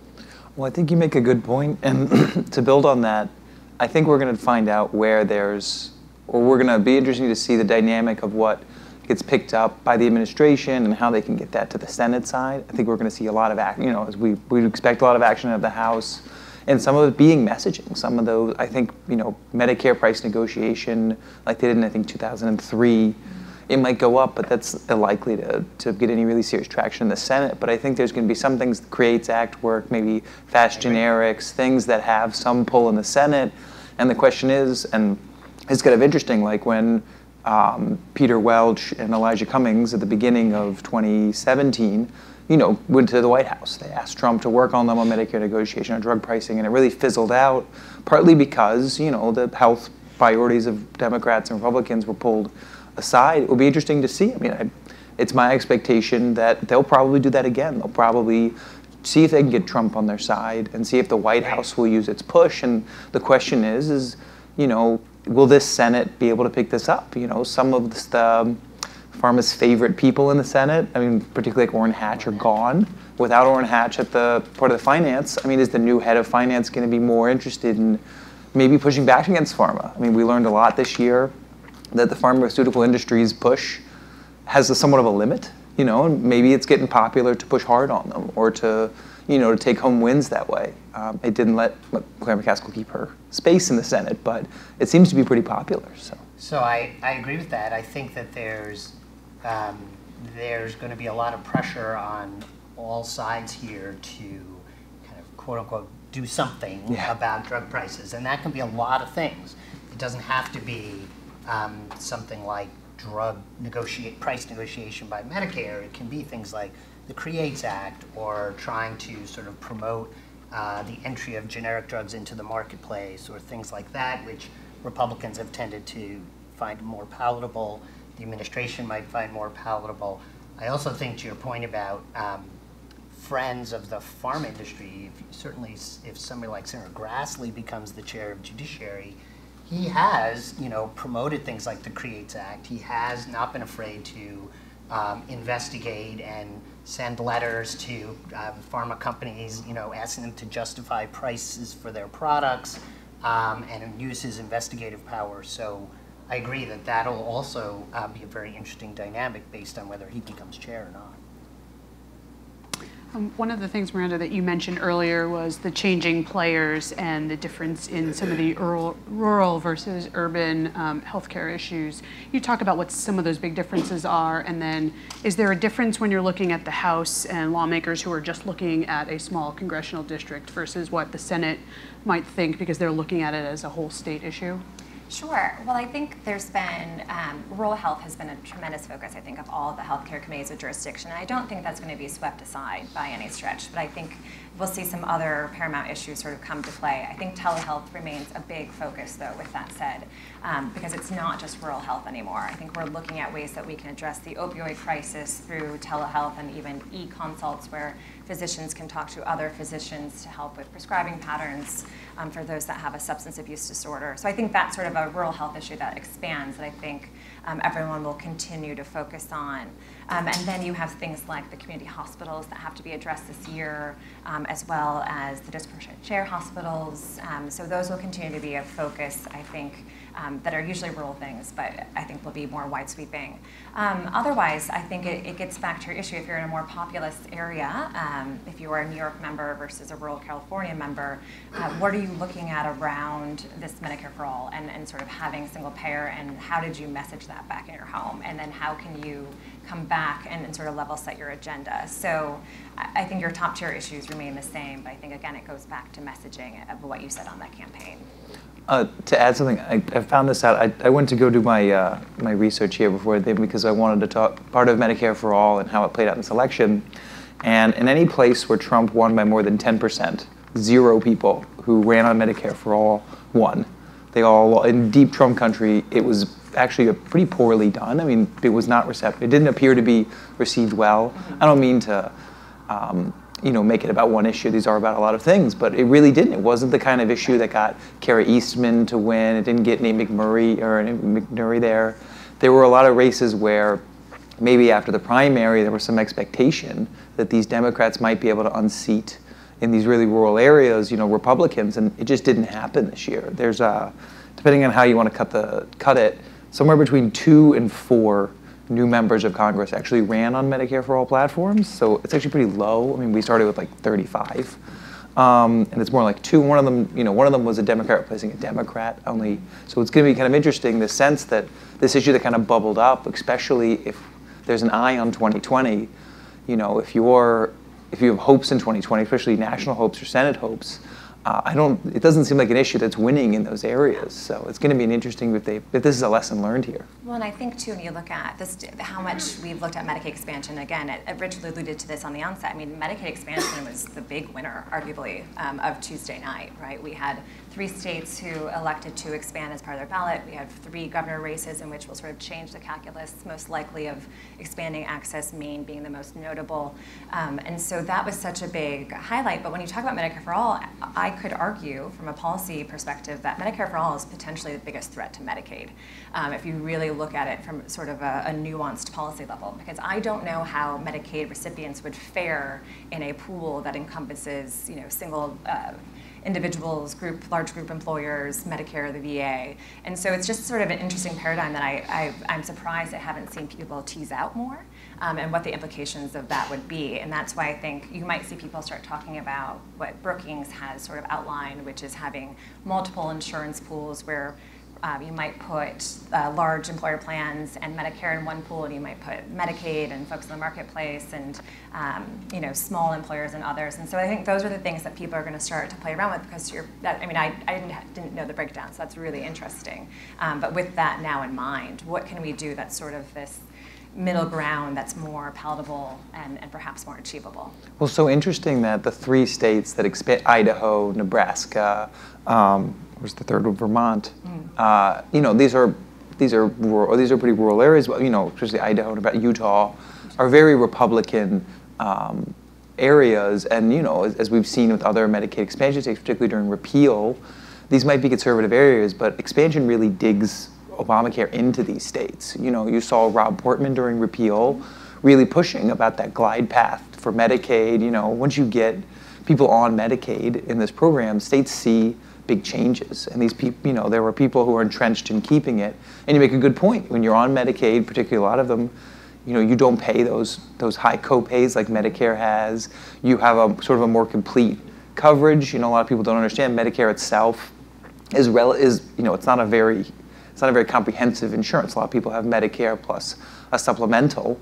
If you're making $8,000 a year, a family of 3, that won't be feasible for you. So it's an interesting thing, though, especially supporters are going to have to tease out this year. 36 states plus DC have now expanded. That's pretty monumental from where we were back in 2002 when the ACA first emerged, and there was so much pushback on this. And I sort of joke that what Republicans hated most about Obamacare was Obama. And now that he's out of the picture and we've had 2 years of a Republican administration, the ACA doesn't look so bad from some of these these aspects. So it's interesting to see a little bit of this sort of shifting from the Republican Party to support some of the initiatives around this. But the lawsuit will be really interesting, right? So if Republicans stay wedded to this, how can they make the arguments that they care about pre-existing conditions when there's open litigation to undermine the whole thing? So it'll be interesting to see how that all plays out. Well, and Chairman Neal has talked about focusing on maintaining protections for pre-existing conditions, perhaps looking at the Cadillac tax and opening back up some of these debates that we've been hearing for years. Where does that go next year? And does he just run up against the Senate and it's more for campaigning and protecting members? If I were the Republican Party, I would work to move a patient protection, pre-existing condition bill just to get out of this dilemma in terms of sort of political campaigning. But with that said, this is sort of the juxtaposition where it's sort of there's this one thing being messaged, but in the regulatory space, there's all of these efforts to undermine it that I don't think the general public sees, right? I mean, the one takeaway I took from Tuesday was, so the House has control and we have more check and balances, but at the end of the day, the administration is still the administration. And they're going to keep moving to have tremendous flexibility in Medicaid work requirements and all these things that are sort of counter to what you heard on the campaign trail. So I think Republicans try to move some sort of pre-existing coverage bill to say that they, that they care, but while kind of undermining that in the background from a regulatory standpoint. Yeah, but I think this is going to run into the same dynamics we've seen, I don't know, since they passed the health law, which is that whenever Republicans want to touch the ACA, Democrats are going to have a very different dynamic. And this played out this year with Lamar Alexander and Patty Murray. They worked at a deal that sort of fell apart at the end over this question of abortion funding. And that dynamic has not gone away. Those two are still in the same place they are. And it's likely to hit the same problem. If you want to put something, I think the big problem with passing a pre-existing conditions support bill is that until the lawsuit changes something, which it could take, we're talking maybe years of litigation, Democrats are going to stand up and say, we have a pre-existing condition bill, it's called the ACA, we don't need to do this. We want to stabilize the markets. We want to roll back the short-term plans. Frank Pallone and Bobby Scott have a bill to alter the markets. And it's, I think, where they're going to push on. And I don't think, I can't see Patty Murray wanting to pass a pre-existing conditions bill to make Lamar Alexander look good if she doesn't get something in return. And that is always where these get into these same battles that they've had.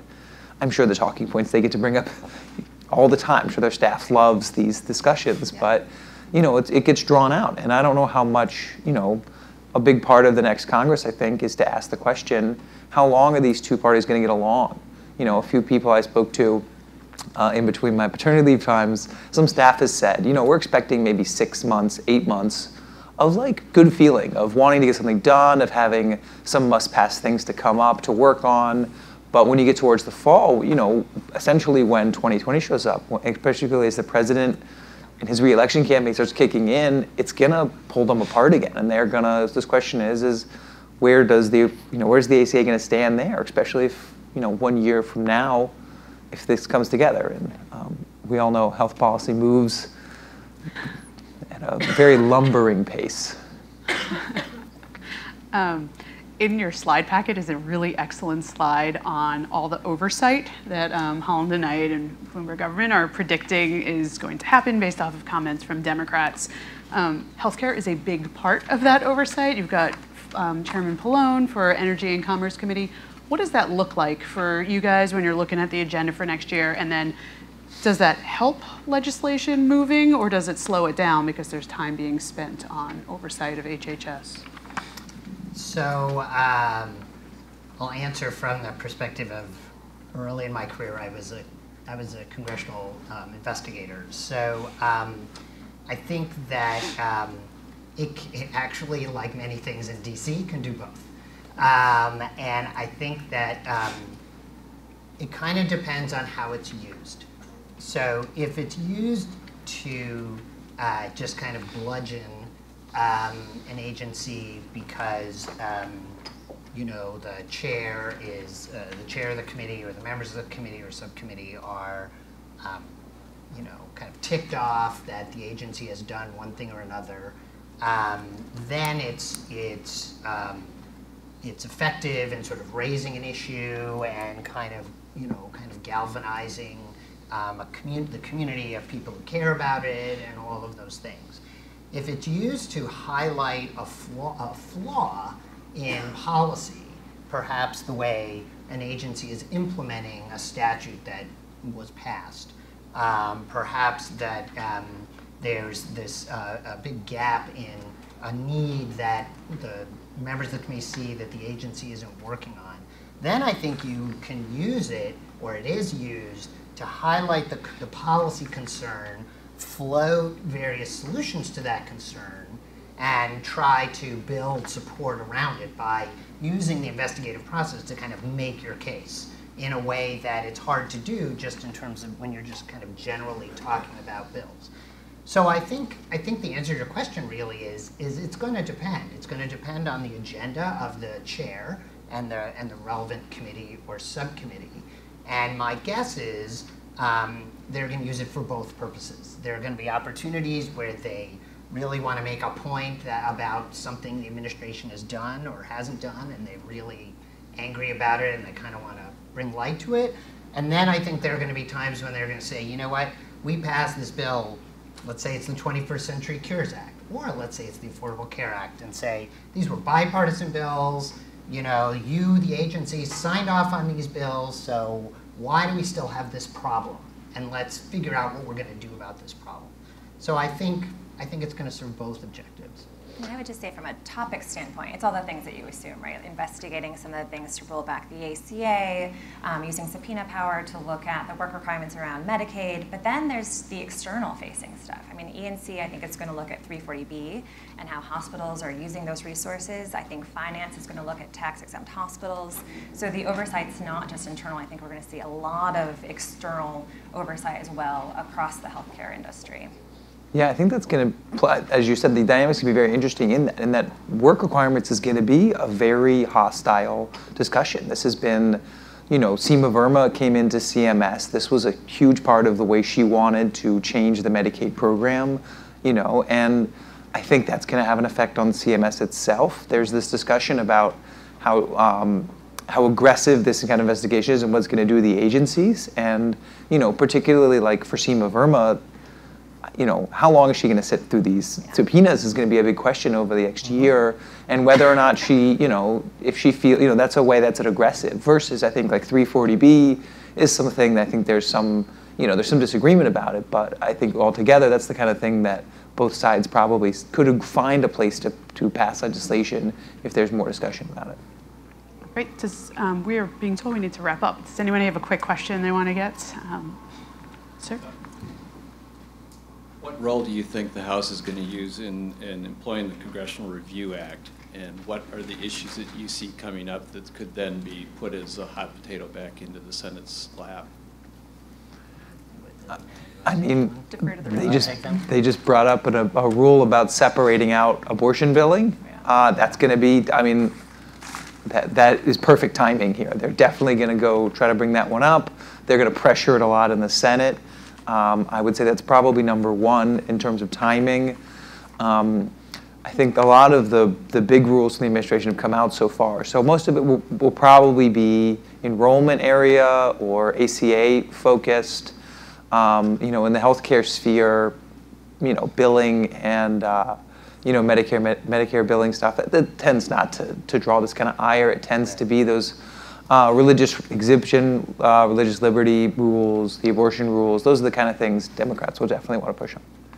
Yeah, there's also the drug pricing advance notice proposed rulemaking that just came out on international pricing that would be half mandatory. That I think there's a lot of apoplectic groups around. That I think you're going to see some review of that if there's a statutory authority to even advance something of that magnitude. So that's another area.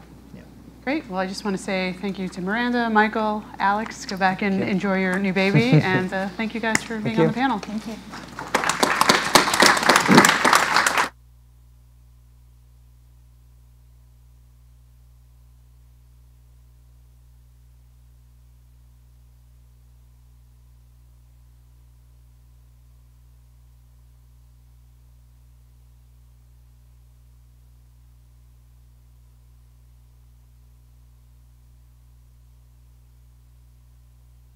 Good afternoon, everyone. My name's Lauren Duggan. I'm the Deputy News Director at Bloomberg Government, getting to work with Heather and the other fine staff there on all our election coverage and now the aftermath. So this discussion focuses on energy and the environment, and I'm joined by Abby Smith, who's a reporter with Bloomberg Environment, focused on these issues on the Hill and elsewhere. Dimitri Karakitsos, who's a partner here at Holland & Knight, and he focuses on public policy and regulation. And then Ben Dunham, who's also a senior policy advisor at Holland & Knight, working on the public policy and regulation group. So I thought I'd start on this. We've talked a lot about what taking control of a chamber means. You have the committee gavels, you can set the floor agenda. To me, climate is one of these issues that really separates the two parties and how they want to approach things. For some, the Democrats would say we haven't really talked about this on the floor very much over the 8 years that they've been in the minority. So starting with that, when you're the Democratic leadership, and we can even move later into the committee level, how are you approaching climate, energy, environment? What's the starting point? And I think I'll turn to you first, Ben, because you used to be on the Hill with the Democrats. Right. So yeah, if I'm the House Democrats right now, I'm really thinking about 3 categories of activities. And the first one, this kind of applies to all issues. The first one is oversight, and we've heard a lot about that on the other issues. We can dig into that if you'd like. Second is messaging bills. So with oversight, you're showing you're against the Trump administration. That's important to the base. With some of the messaging bills that might not have the political power to get floor time in the Senate, to get 60 votes in the Senate, to be signed into law by the president, those are still important to bring up and pass in the House so that voters, for the next election, know what government under Democrats would look like. So I think messaging bills is kind of that second bucket.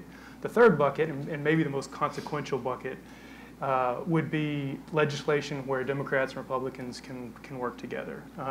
The kind of legislation that could actually get across the finish line and be signed into law by President Trump. That, like I said, that might be the smallest of those categories, but possibly the most meaningful.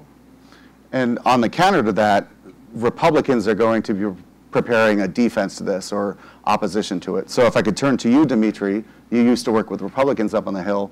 How are they planning to get ready for this? Or what are the Senate side members thinking about how to approach this question? Well, I definitely think what you see now is an even greater polarization on these issues, particularly climate. You had a large kind of House climate caucus that was going for a long time, one Republican member being added with one Democratic member being added. And a lot of those Republicans who were, a little bit more forward of some of the others in the party on the climate issue now lost re-election. Senate certainly has become more polarized and moved to the right in a lot of oil and gas states and things like that. So I think climate in particular becomes a lot more difficult. And I think you also see, I think that Republicans are always more for a free market solution versus a regulatory solution. And what you've seen is our emissions continue to keep going down in this space while there's no regulation in place. So I think that it emboldens them as we move forward to continue opposing a regulatory approach to that. Yeah. And I think building off of that, one of the things we saw, you mentioned the House Climate Solutions Caucus, we saw a lot of the Republican members in that lose their seats. Carlos Curbelo, really the only Republican to put forth any sort of substantive climate legislation in the past decade. He was picked off in his re-election race, and so there's definitely a void there, but I think when you look at those conversations about a carbon tax or a sort of carbon pricing scheme, you're going to see the Democrats be really reluctant to give up that trade of EPA regulations. And I think when Republicans are looking at this issue, they're thinking we want this free market scheme and we want, not to have the regulatory landscape. We want to have the carbon pricing be the main thing.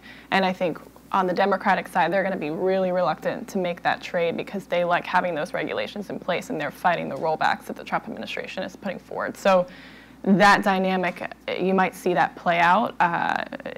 And if there ends up being sort of carbon pricing discussions on the Hill, I think that regulatory trade-off will be a big pressure point. And I was just going to say, I kind of think the conversation is shifting away from what we saw the last time Democrats controlled the House of Representatives, which was a cap-and-trade bill. There's a lot of talk about carbon tax, carbon pricing.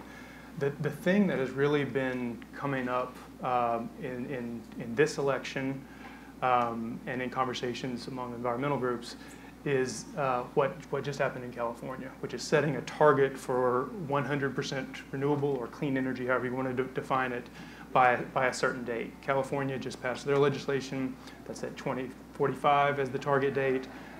There's legislation introduced by Senators Merkley, Booker, Sanders. Those guys all have something in common. That would also set a target date of 2050 for 100% renewable.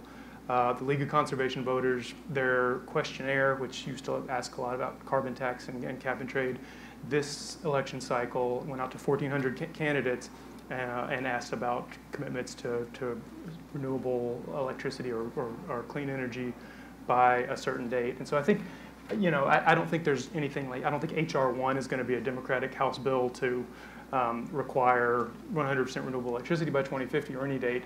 But I don't think you're going to see carbon tax bills that are really pushed at a high level. I don't think you're going to see that with cap and trade. If you saw something comprehensive, I think it might look more something like that, but more likely there's going to be kind of a shotgun approach, not a rifle shot on climate. Yeah, I think Ben brings up an important kind of distinction, whether it's a carbon-free or whether it's renewable energy, because you can see a lot of work done on the advanced nuclear side, which has some support on both sides of the aisle if it is not a renewable only.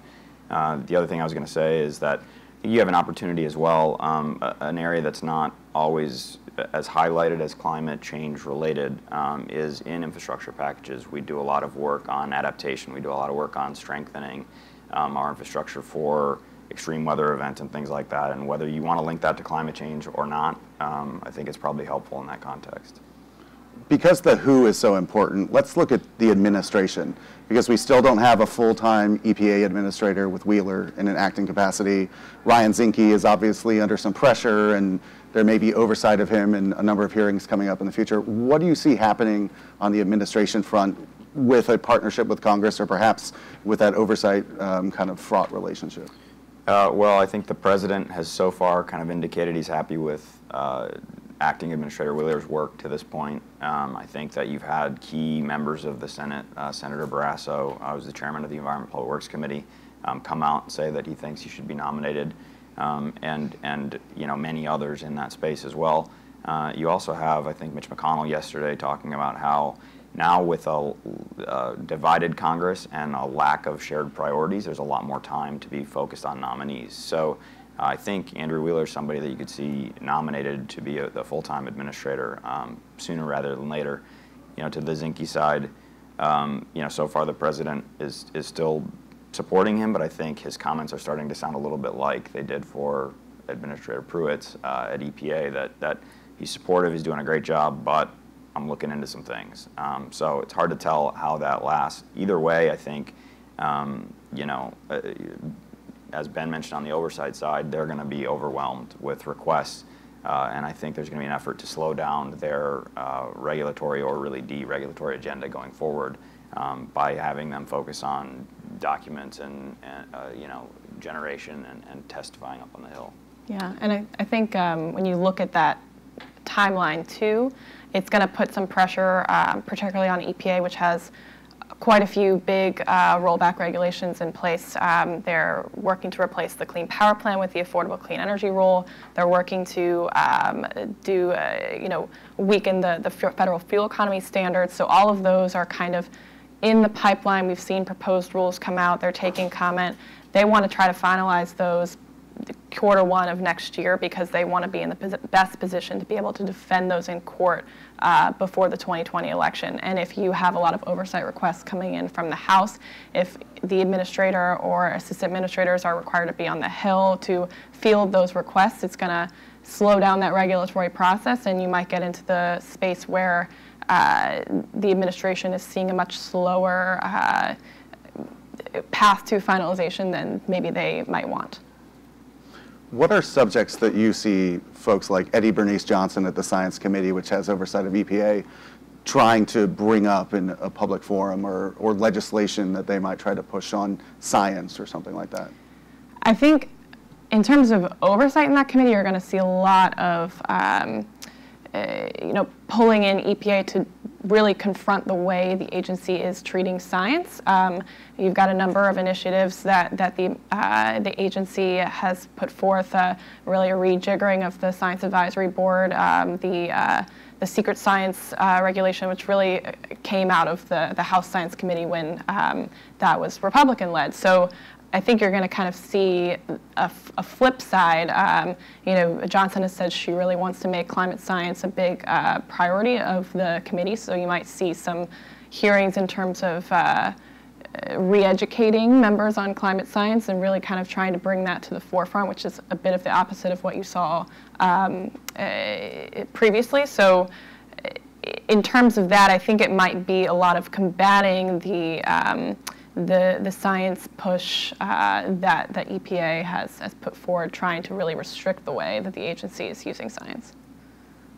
Yeah, and I think that brings up a theme that I think you'll see throughout the Democratic oversight in the House, which is times when administration actions have been in line with the narrative about President Trump. So on climate science, denying the facts underlying what's going on with climate science.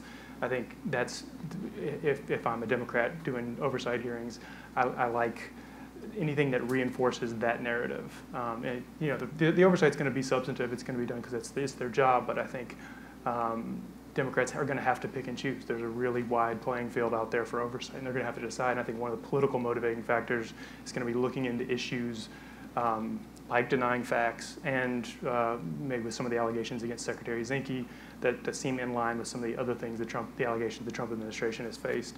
I think that's going to kind of elevate some of those issues to have Democrats spend more time on those in this Congress. Thinking about the sort of legislation we might see, when the Democrats had the majority in 9 and 10, they had the cap and trade bill they passed that was so unpopular with one Democrat, Joe Manchin, he shot it in a campaign ad with a gun. How do the Democrats kind of thread the needle between a bill that meets the interests of the progressive wing of the party and their red state members, people like the Oklahoma representative just elected, who are going to face a lot of challenges depending on that? How do you? Yeah, there's a tension there for sure, and for House Democrats, they also have to decide, is it worth it to push a big comprehensive bill on climate, whether it's 100% by 2050 or something like that, or cap and trade or carbon tax, when it puts moderate Democrats in a bad position, and you know it's going to die in the Senate. So it's really, it becomes a messaging bill, and you have to decide what that's going to mean for your caucus as a whole. I think more likely what you're going to see is a collection of small bore bills introduced by a lot of members. Those things aren't necessarily going to move on their own, but we've talked today about an infrastructure bill. We've referenced several times potential tax legislation. I think the price of admission for Democrats to engage in those is going to include something on climate. They're going to have, on the infrastructure bill, you know, electric vehicle charging stations or climate adaptation stuff that Demetria mentioned. There will be a price of admission for Democrats engaging on some of those things that's going to include things on clean energy and climate. When you look on the Senate side with Lisa Murkowski, who's also a moderate and has worked with Democrats on many issues, is there an avenue here for her to try and work with Democrats or any legislation she might back? Yeah, I think both from the Senate Energy Committee and the Senate Environment and Public Works Committee, there are opportunities. I think on the EPW side, certainly because of that's where a large portion of the transportation bill would come through. I think on the energy side, there's been a lot of bipartisan work done there on energy efficiency. Yeah, I mentioned, I think both Senator Murkowski and Senator Barrasso have an interest in advanced nuclear. A lot of those are issues that I think could get you know, greater support if I think you can keep the partisan kind of riders and bigger policy fights out of it. Yeah, I think another one where there could potentially be some bipartisan agreement is carbon capture, which has had some success in the past couple years. There's been a pretty broad constituency pushing that. You've got coal companies and environmental groups in the same sort of coalition urging them to pass tax credits for carbon capture projects, which made it into the budget deal in March. And so now Senator Barrasso, along with Shelley Moore Capito, Sheldon Whitehouse, and Heidi Heitkamp, who won't be going back to the Senate, but they've been pushing another bipartisan package to try to double down on carbon capture infrastructure. So that could be a potential bright spot, but I think right now there's still some, there's not a companion House bill yet, and with the Democratic House coming in, I think there's a question of whether they would focus on that or whether they would try to go for some of these other, 100% renewable, 100% clean energy efforts instead. How do you see government funding playing out in this space? Is there a balance that can be struck? One of the challenges the last few years have been riders that Republicans wanted to put in on EPA funding, for example, to curtail rules or slow down the rulemaking process. If that's lifted with Democrats driving there, does that smooth it out? Where are funding areas you think increases could be found? So, I mean, I think for the president's budget request the last 2 years has essentially cut EPA and some of the other environmental related agencies by about a third, and Congress has ignored that every time. I think we're basically just going to see more of the same on that. I think one of the interesting things about funding bills is we've already seen a trend toward gigantic omnibus bills where any kind of legislation that's kind of left hanging out that's a priority for key members gets thrown into must-pass legislation, which is usually a must-pass funding bill. I think we're going to see more of that, and I think that's, I mentioned infrastructure bill, I mentioned tax legislation as a place for energy provisions to ride. I think appropriations bills are going to end up being one of those things too, where House Democrats will now have increased leverage. The Senate side will need some Democrats to vote for their bill there. If those asks are the same and they're on clean energy related things, I think you're going to see those Democrats have more leverage and succeed more often in getting those provisions into must-pass legislation. Yeah, I think that on the EPA side, you actually may see funding bills for that agency get easier now, with the Senate working in a bipartisan way and trying to keep riders off the bill.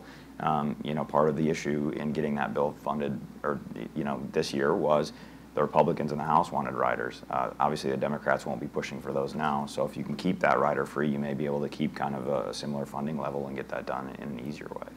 Yeah, and I think with EPA, one of the things that when we look at that funding bill, a lot of the funding for EPA actually goes to the states to do to implement the environmental laws. So no congressman is going to take money away from their state. So I think when you're thinking about EPA funding, the Trump administration puts forth these requests, 31% cut, but lawmakers are not going to say, yeah, okay, we're going to cut 30% of our state's budget to do, to implement water laws or clean air laws. So they would have an uproar on their hands in their states. So they're not going to do that. So I think there's always a certain portion of EPA's funding which is going to the states, which is always going to be relatively safe. The riders, is always a question, but those, I think with the Democratic House, you're going to see less tension there. So every time 2020 rolls around and we get to a presidential election, all candidates have to go through Iowa. And that inevitably brings up the renewable fuel standard. Do you see anything happening with the RFS in the next couple of years, either in Congress or through the administration? I think that there's definitely a big push going right now. I think you have a good bipartisan group of players on the Senate side and on the House side that are really interested in reform. It's one of those issues that's a little bit wacky, and I think, to be honest, in the environmental space, in order to get something done, that's the kind of dynamic you need. Because if it's just Republicans versus Democrats, you're not gonna get that kind of major reform. But when you have kind of regional interests, when you have a program that some of their major mandates are sunsetting soon, people want certainty. People want it to work a little bit better. It's obviously working better for some than others right now, but that's not a guarantee going forward. I think it's a heavy lift, but I think it's definitely an area with what's been built by some of the work with Congressman Shimkus and folks like that on the House side, and Senator Cornyn, Senator Udall, and others on the Senate side. You have the right people working on it, and I think that's definitely something that's a possibility.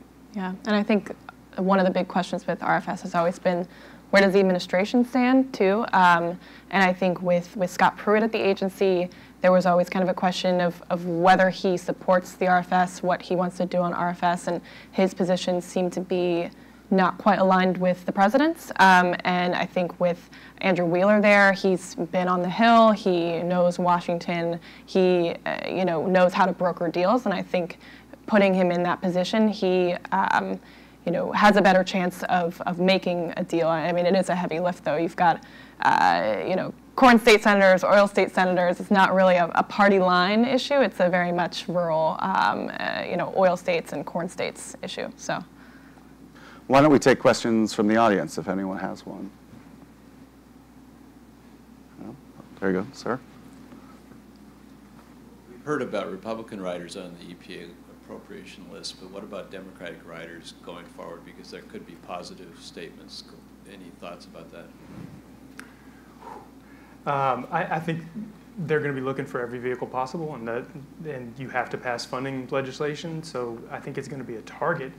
The question is, how does that shake out in the horse trading at the end of the day? And it's hard for me to imagine Senate Republicans caving on that, President Trump signing a bill that really undermines anything that's going on at the agencies there. I think more likely you'll see Democrats try to push on funding bills and any other moving vehicle. Legislation that's kind of core Democratic priorities, but for some reason can be more palatable to some branch of the Republican Party. And a thing that keeps coming to mind for me is Dimitri reminded me of when he mentioned that RFS is a regional, not a partisan issue. And there's been a lot of issues with water pollution lately, where you see Republicans who generally are kind of anti-EPA, anti-environmental regulation, kind of shifting sides, whether it's red tides in Florida, some of the chemical contamination issues. We saw this play out with one of the EPA nominees, where Republican opposition in the Senate related to local contamination issues played a big role there. So incoming Chairman Pallone has expressed interest publicly several times about revisiting the Safe Drinking Water Act, the Clean Water Act, to address some of these issues.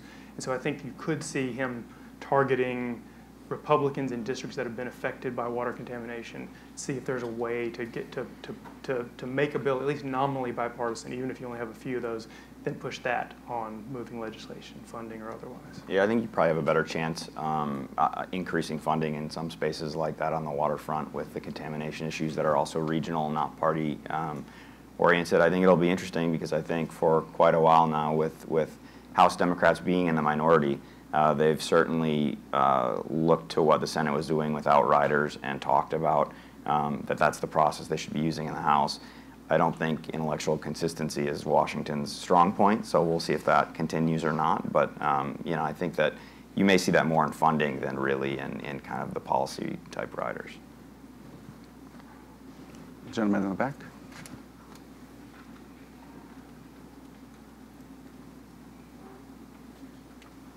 Our association has been following the Waters of the United States rule for a couple of years. And I'm curious whether you think, which is a greater threat, that an attempt to repeal the Waters of the U.S. rule is better accomplished through a Congressional Review Act or as part of a spending bill. We support the repeal of the old Obama, I guess, 2015 rule, and the Trump administration is making steps to repeal that. I'm just curious, because you've sort of hit it from both angles, CRA or from a spending.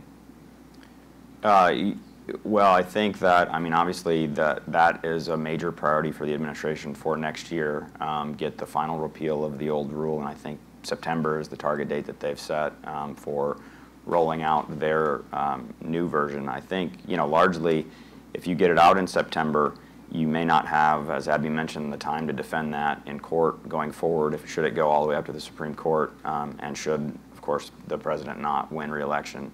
But it certainly gets you out of the realm of a CRA if it is, if you have a new administration coming in and a Democratic Senate that wants to attack that rule. So I think you have a little court vulnerability in that sense, but because it's going through the regulatory process early enough, you're out of the CRA range.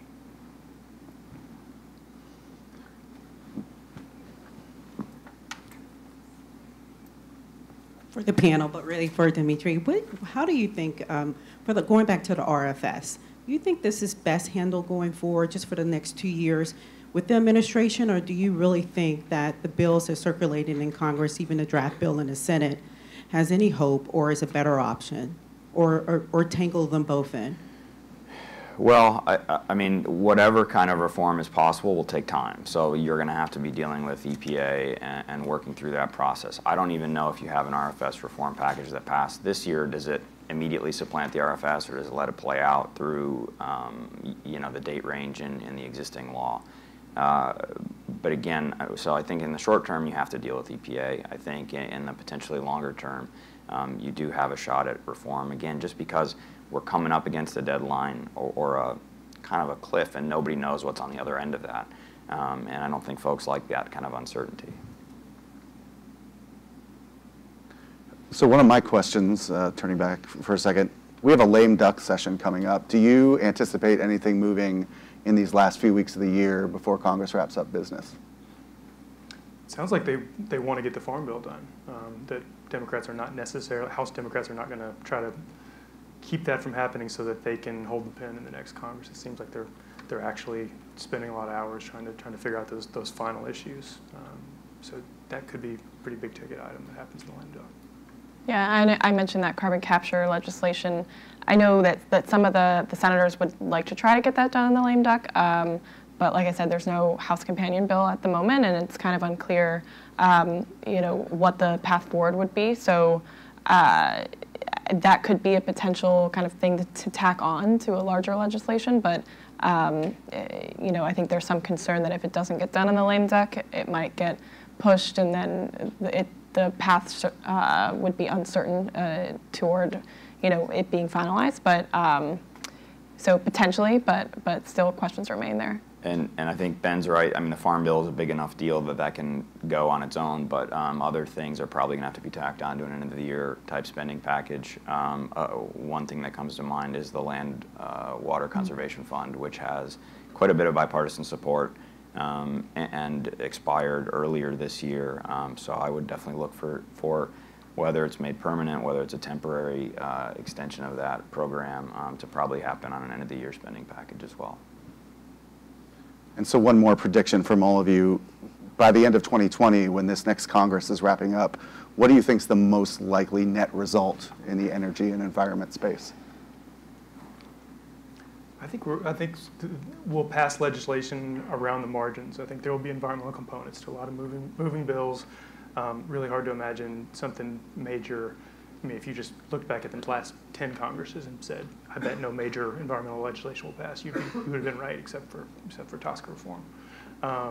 So, yeah, I think most likely it's going to be some marginal things on potentially tax, some infrastructure components, something like that. But I think there's a very good chance that some of those will happen, that there'll be opportunities. Yeah.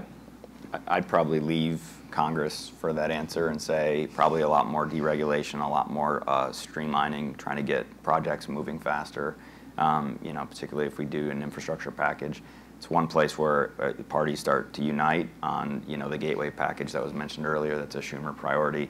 He doesn't want that to take 20 years, and if that's what's going to happen because of all the environmental reviews and the kind of process hoops that we have in current law, those are opportunities to kind of streamline that, but I know the administration is very focused on that, whether it's coming from a legislative perspective or not.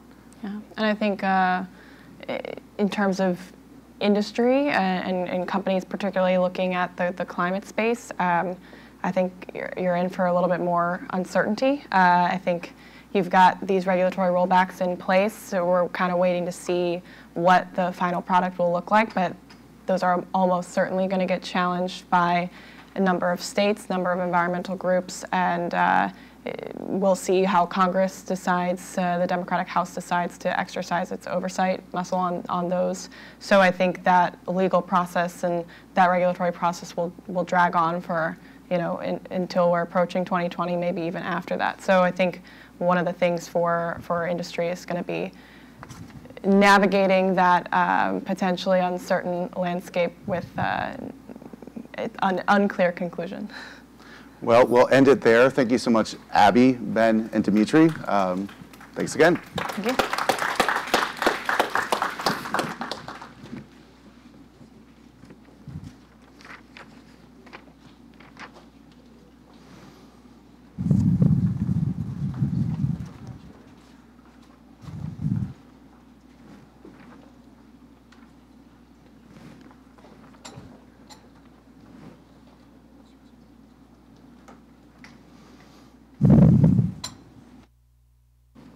Great. Well, we're going to move on now to trade and tariffs for the last discussion of the afternoon. And I'm joined by Sarah Babbage, who's a legislative analyst focusing on trade, tax, and transportation at Bloomberg Government. Ron Olenek, who's the head of the International Trade Practice and also a partner practicing in Holland & Knight's Washington, D.C. office in the area of international trade regulation. And Jim Davis, who's also a partner and member of Holland & Knight's Public Policy and Regulation Group. Jim Davis was also a member of Congress from the state of Florida. I'm also a Floridian, so nice to meet you today. I want to start by stepping back to the election and whether trade had any impact at all in how people voted or how they thought when they went to the polls. We heard a lot about the states that may or may not have been affected by some of the trade policies the president's talked about, but did that make a dent? And open question to anyone. Well, I think what's key is what members of Congress think, since they're going to be making policy. If you look in the Midwest, the best place to look was a mix. I mean, there were some major upsets in governor's races and some congressional races, but it's hard to put your finger on a particular race where tariffs were a major issue. I watched the Tennessee Senate race and the Lexington, Kentucky House race where tariffs were both mentioned by the candidates. But I don't think there's any definitive evidence that tariffs affected the outcome of a race. Yeah. I would agree. I didn't see trade as being a driver in this election. Maybe on the margins in some places, maybe in the Midwest. Even the soybean farmers in North Dakota where Heidkamp try to make that an issue, and you would expect they're seeing some big losses from the retaliation by China against soybeans. Even there, it didn't carry the day for her. Yeah, one of our colleagues at Bloomberg News went through the top races that mentioned trade in ads and debates, and they found that there was just no clear kind of distinction about who won and who lost from that. So as the other two panelists have already said, it's definitely not very clear, but I think one maybe takeaway for President Trump is that there's not a big backlash among the electorate to his trade agenda, so he should feel free to at least move forward for the moment. Yeah, one additional point to Jim's comment about what was their perception. Did they think it moved the needle at all? I think looking at the two races, the two House races in Iowa, looking back at it and seeing there wasn't a lot in the national press about whether they were talking about trade, but the two where the Dems flipped it back to their side. Whether there's anything in there, whether their perception is trade played in that, would be interesting to look back. Of course, Iowa's going to be in the hot spotlight for the next couple of years. Well, one of the marquee issues next year is going to be the NAFTA replacement, the U.S., Mexico, Canada agreement. Stepping back for a second, Sarah, can you update us on where that is in the process, both on the administrative side and then when we might start to see action on the Hill? Sure. So the three countries have come to an agreement at this point. They still need to sign it at the end of the month. One thing that is causing a little bit of discontent between the countries is that there's still steel and aluminum tariffs in place on Canada and Mexico, and then those countries have retaliatory tariffs in place on the U.S. And so that's affecting industries like agriculture that could stand to benefit from this new agreement. They're in the meanwhile being hurt by it. So there's the question of whether an agreement is going to come this month to either remove the tariffs on Canada and Mexico with a quota or just remove them altogether. And I think that will clear the way for signing at the end of the month, although Canada has said they're going to move forward with signing either way. And then it'll be a process for the administration to make sure that the implementing bill for the USMCA has the votes to pass. And then they'll introduce it, and it'll go through an expedited procedure in Congress to be enacted. So we have a lot of steps ahead of us before we actually are under this new agreement. And what do you see as the dynamics in the Congress next year? Because trade can make interesting partnerships on Capitol Hill. You even look at Sherrod Brown, who won his election in Ohio, being closer to Donald Trump on some trade issues than others. A lot of the focus here today on every issue is must-pass bills. So the president wants the new agreement to pass. And he's going to tell Republicans in the House and the Senate who have a hard time resisting him, it needs to pass. So Representative Pelosi has a major opportunity here to ask for certain things in return for that. It could be further concessions with respect to organized labor or environmental issues. It could be an infrastructure package. It could be attached in a number of ways, and the House would find a way to pay for it. So I think this particular bill becomes a major inflection point for the House Democrats to advance an agenda that they think represents some common ground. I think that's right. There is a play there with the Democrats and the Republicans in the House over those side issues, environment and labor.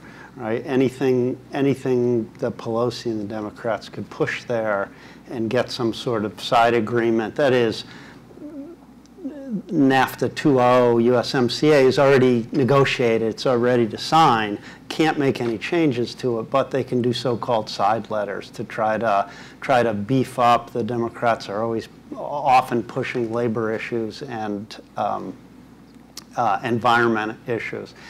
Every vote they get by putting something in on the Democratic side on those issues may be a vote lost on the Republican side. So and would the implementing bill, Ron, be another basis where they could make some relatively material changes to the agreement?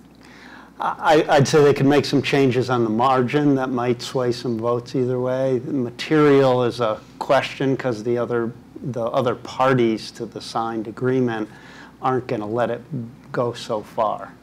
Right? It's not within if it's not within the treaty, then they can't just add something to it. I think it's been interesting to see the interest groups kind of starting to put out their criticisms, and you can see where which groups are going to be pushing for Democrats to come up with a side agreement. So labor has started to become more vocal about trying to make sure to pressure the Democrats to make sure that all of the labor provisions in the agreement are enforceable. So we'll see what other kind of interest groups start to put pressure on the new Congress. But it definitely will be something that Democrats will want to put their mark on in some way. Are there particular things you're looking to see from Richard Neal taking over at Ways and Means, Bill Pascrell at the Trade Subcommittee, and then even Charles Grassley going back to finance after being away for some time with that gavel? Are there particular issues they might press for? I think it's first. Yeah, I was going to say, I'm going to let Jim answer that one, but I think it's going to be interesting to watch because there is a tension within the Democratic side of the House, the labor Dems versus the new Dems. So first of all, there's going to be a contest to see who chairs the Trade Subcommittee. You mentioned Bill Pascrell, my former colleague, Ron Kind as well, potentially Earl Blumenauer. So it's far from clear who will chair that particular subcommittee. We do know Richie Neal will chair the Ways and Means Committee. Representative Neal is a very artful lawmaker, and he knows how to make deals with Democrats, Republicans, and the president. So he will be in a very strong position to try to negotiate with the president on trade agreements and many other issues. I would also like to add that Ron's mentioning the inside the Democratic caucus, because I was there for those debates about trade. Of the 30 seats that the Democrats have picked up, about 25 of them are people endorsed by the new Democratic coalition. So you're going to have a lot of members coming in who are prepared to exercise some independent judgment on issues like trade. So I think the Democratic caucus will have some internal balance in terms of how to proceed with trade, which dovetails well with working with the president, who has tried to work with organized labor on some of these issues.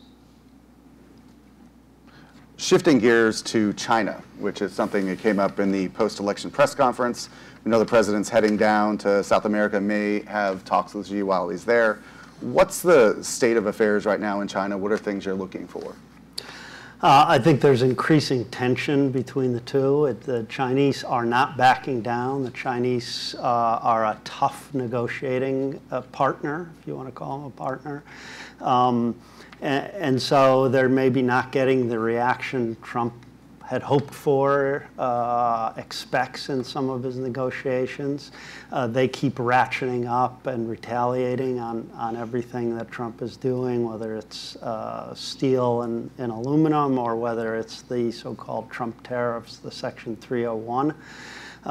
That's ballooning farther and farther, maybe out of control. I think domestically, both the Dems and the Republicans in the House and the Senate are with Trump on this one, right? That there's a concern about China, real concern. What's going to be interesting to me is, are they, the Democrats in the House particularly, who are philosophically more protectionist and likely to be in favor of Trump's overall program? Are they going to find a way to be with him, or are they just so angry about other issues that they're not going to get on board? So I would add there's a contradiction here. A lot of these senators and representatives Ron mentioned who are publicly cheering on the president are also sending him letters in private asking for exemptions for companies in their districts and states. And Ron's very involved in that. And that exemption process is not going to go very smoothly.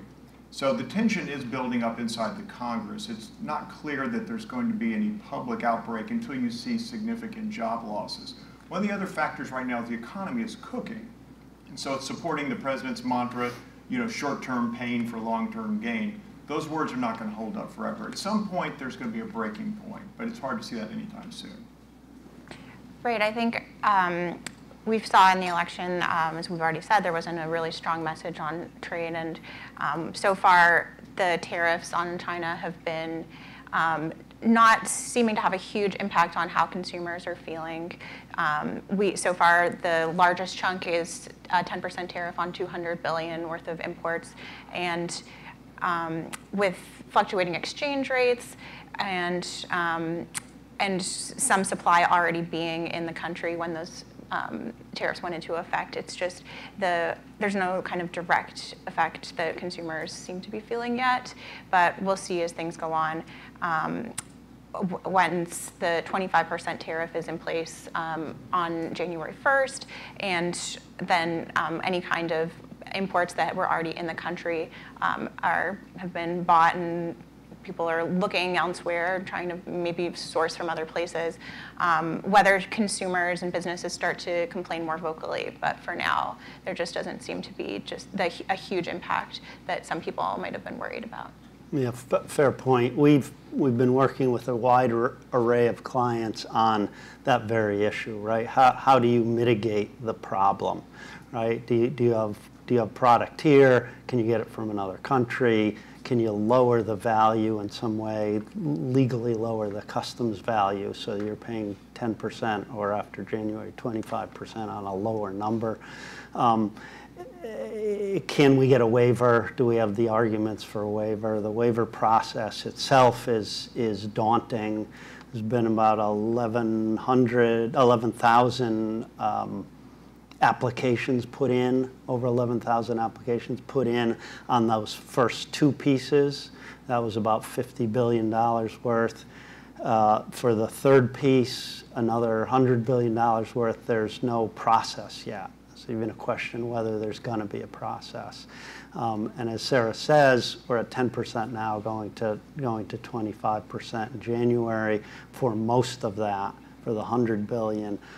When does it hit the consumer, right? Does it hit the consumer and the economy is still cooking in Jim's terms so that nobody's really noticing it? Or are we going to have a hiccup in the economy and that's going to be a multiplier effect that's going to turn the country against the whole notion? Right. And one thing I'm really curious to see in the new Congress is whether there's increasing oversight about how the administration is handling those exemption cases, because it sounds like they've been really slow so far. If you're looking forward to oversight, Sarah, you're going to be very happy. And these are issues that bring people together because the facts are the facts. The exclusion process Ron described is broken. If you're a company, you're going to apply because you've got to try. The stakes are so high. But it is not going well at all. It's creating a lot of false expectations. What also could raise the temperature here is if the president proceeds on his threats to impose the 25% tariff on automobiles and automobile parts. And that would be over the strong objections of his senior economic advisors. But that would have a more immediate direct impact in the Midwest, where the supply chain for the automobile industry transcends many states, and it would start to affect the consumer. So that's one of the things in the short term that could dramatically raise the temperature. And the president's looking at the map in the Midwest and thinking he's got a blank check, and we'll see. what may push the president one way or the other on that issue? Well, he's meeting in a few weeks with one of the leaders of China, and he's using the threat of the tariffs as leverage to push them to agree to certain concessions that he wants. It's not clear that the administration will take yes for an answer, nor is it clear that China's prepared to concede. So I think we need to watch to see what happens in those talks. I think it may be the G20 meeting. And if that doesn't proceed well, I think the president personally would like to do it. The question is going to be whether his senior advisors dissuade him from doing so. And the vice president and many senators from the Midwest have been trying to dissuade him as well. Ron? Yeah, but that's perfect Trump, right? We're gonna march right up to the edge of the chasm. You're gonna declare that we're blowing the whole thing up. We're gonna put in not only, we're at 250 billion. That's about half of all imports from China have these duties on them. He's threatened a number of times over just the last couple of weeks to put it on the other half. And then we have the auto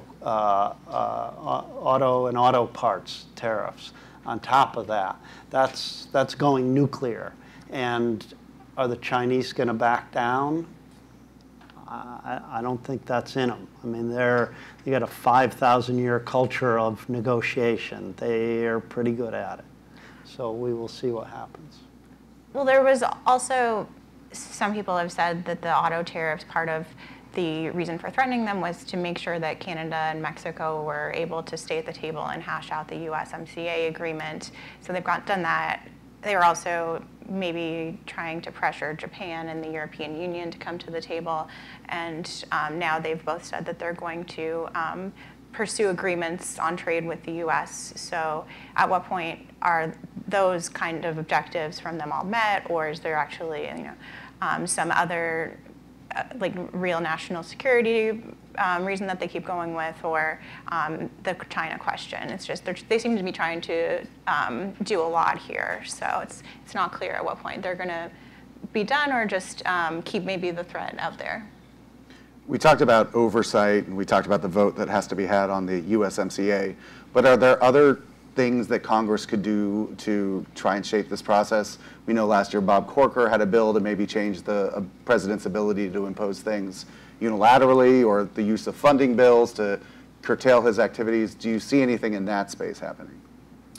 Well, the most obvious solution would be to try to curtail the president's use of the 232 tariff, which he claims on national security basis for steel and aluminum, potentially automobiles. That really doesn't pass the straight face test. I don't think the Congress can browbeat him on that short of changing the law. But you're talking about China, and you're talking about a president that has, I think, remarkable level of influence with Republicans in the House and Senate. So unless you see one of the breaking points we've been describing, the job loss, problems with the cost of automobiles, I think it's going to be hard to see support in Congress actively opposing the president. Another part of the problem is organized labor has generally been very supportive of the 232 tariffs. Agreed. The draft legislation we saw from the last Congress, I guess still current Congress, on this, at least on the 232, they were having trouble figuring out how do you rein in the president. There was one bill that tried to give DOD, Department of Defense, a much bigger role in making that national security determination, because DOD did make some statements that this wasn't really a national security concern. And so having them have more oversight, of course, they still report to the president. Not sure that would be a fix. But even that legislation isn't likely to go through, as Jim says. Don't have the stomach for those kind of changes. And with a divided House and Senate, I don't think we're going to see any real legislation come through that would curtail the president's power. So back to Sarah's point, I think one of the things that Congress do is oversight hearings, because there's a great deal of pressure out there. There's another side to the story that needs to be told. And in our Floridian, we think sunshine is a wonderful disinfectant. So I think you'll see both the Senate and the House conducting hearings. And I think it's a way to bring Democrats and Republicans together, because this isn't just hurting one political party. It's hurting certain parts of the country and certain sectors of industry. Well, I think that's right. This would be a nice bipartisan issue, fighting the president together on these trade issues. Any questions out in the audience, or one more?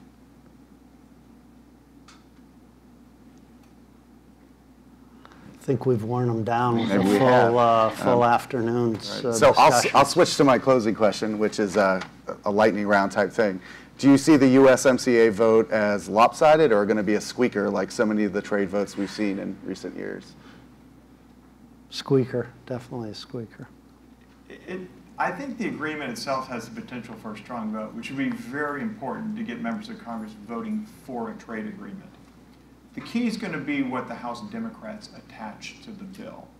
If they attach an infrastructure bill that has significant federal spending, don't know how many Republican votes you get in the House. They certainly want the money, they just don't want to pay for it. I think it's a difficult issue to sit. So I think it's going to depend upon what the House puts into the bill attached to the agreement. Yeah, I think that's a good answer. I mean, I could definitely see, I definitely think it'll get through at some point, and I think that they're going to have enough opportunity to bargain on this that they'll get to a good place, but hard to say. For me, it comes back to that tension between Democrats philosophically supporting the thing, but just angry at the president, and will the oversight, will the animosity make it difficult to get anything through? Great. Well, I want to thank Sarah, Ron, and Jim for this great panel, and thanks to everyone today. I want to invite back up Ariel Elliott from Bloomberg Government to close today's program. Thank you guys all for coming. I described this to someone back in my office as policy wonk heaven. So for those of you who sat through on the 2-hour panels, we promised to be smart and substantive, and I think all of our panelists delivered on that. So thank you all for coming. Thank you to our panelists, and thank you most importantly to Holland and Knight. This was a great event. Thank you, Rich. There is coffee and dessert in the atrium outside. So I know I'm going to head out and get a cookie. I need a little sugar.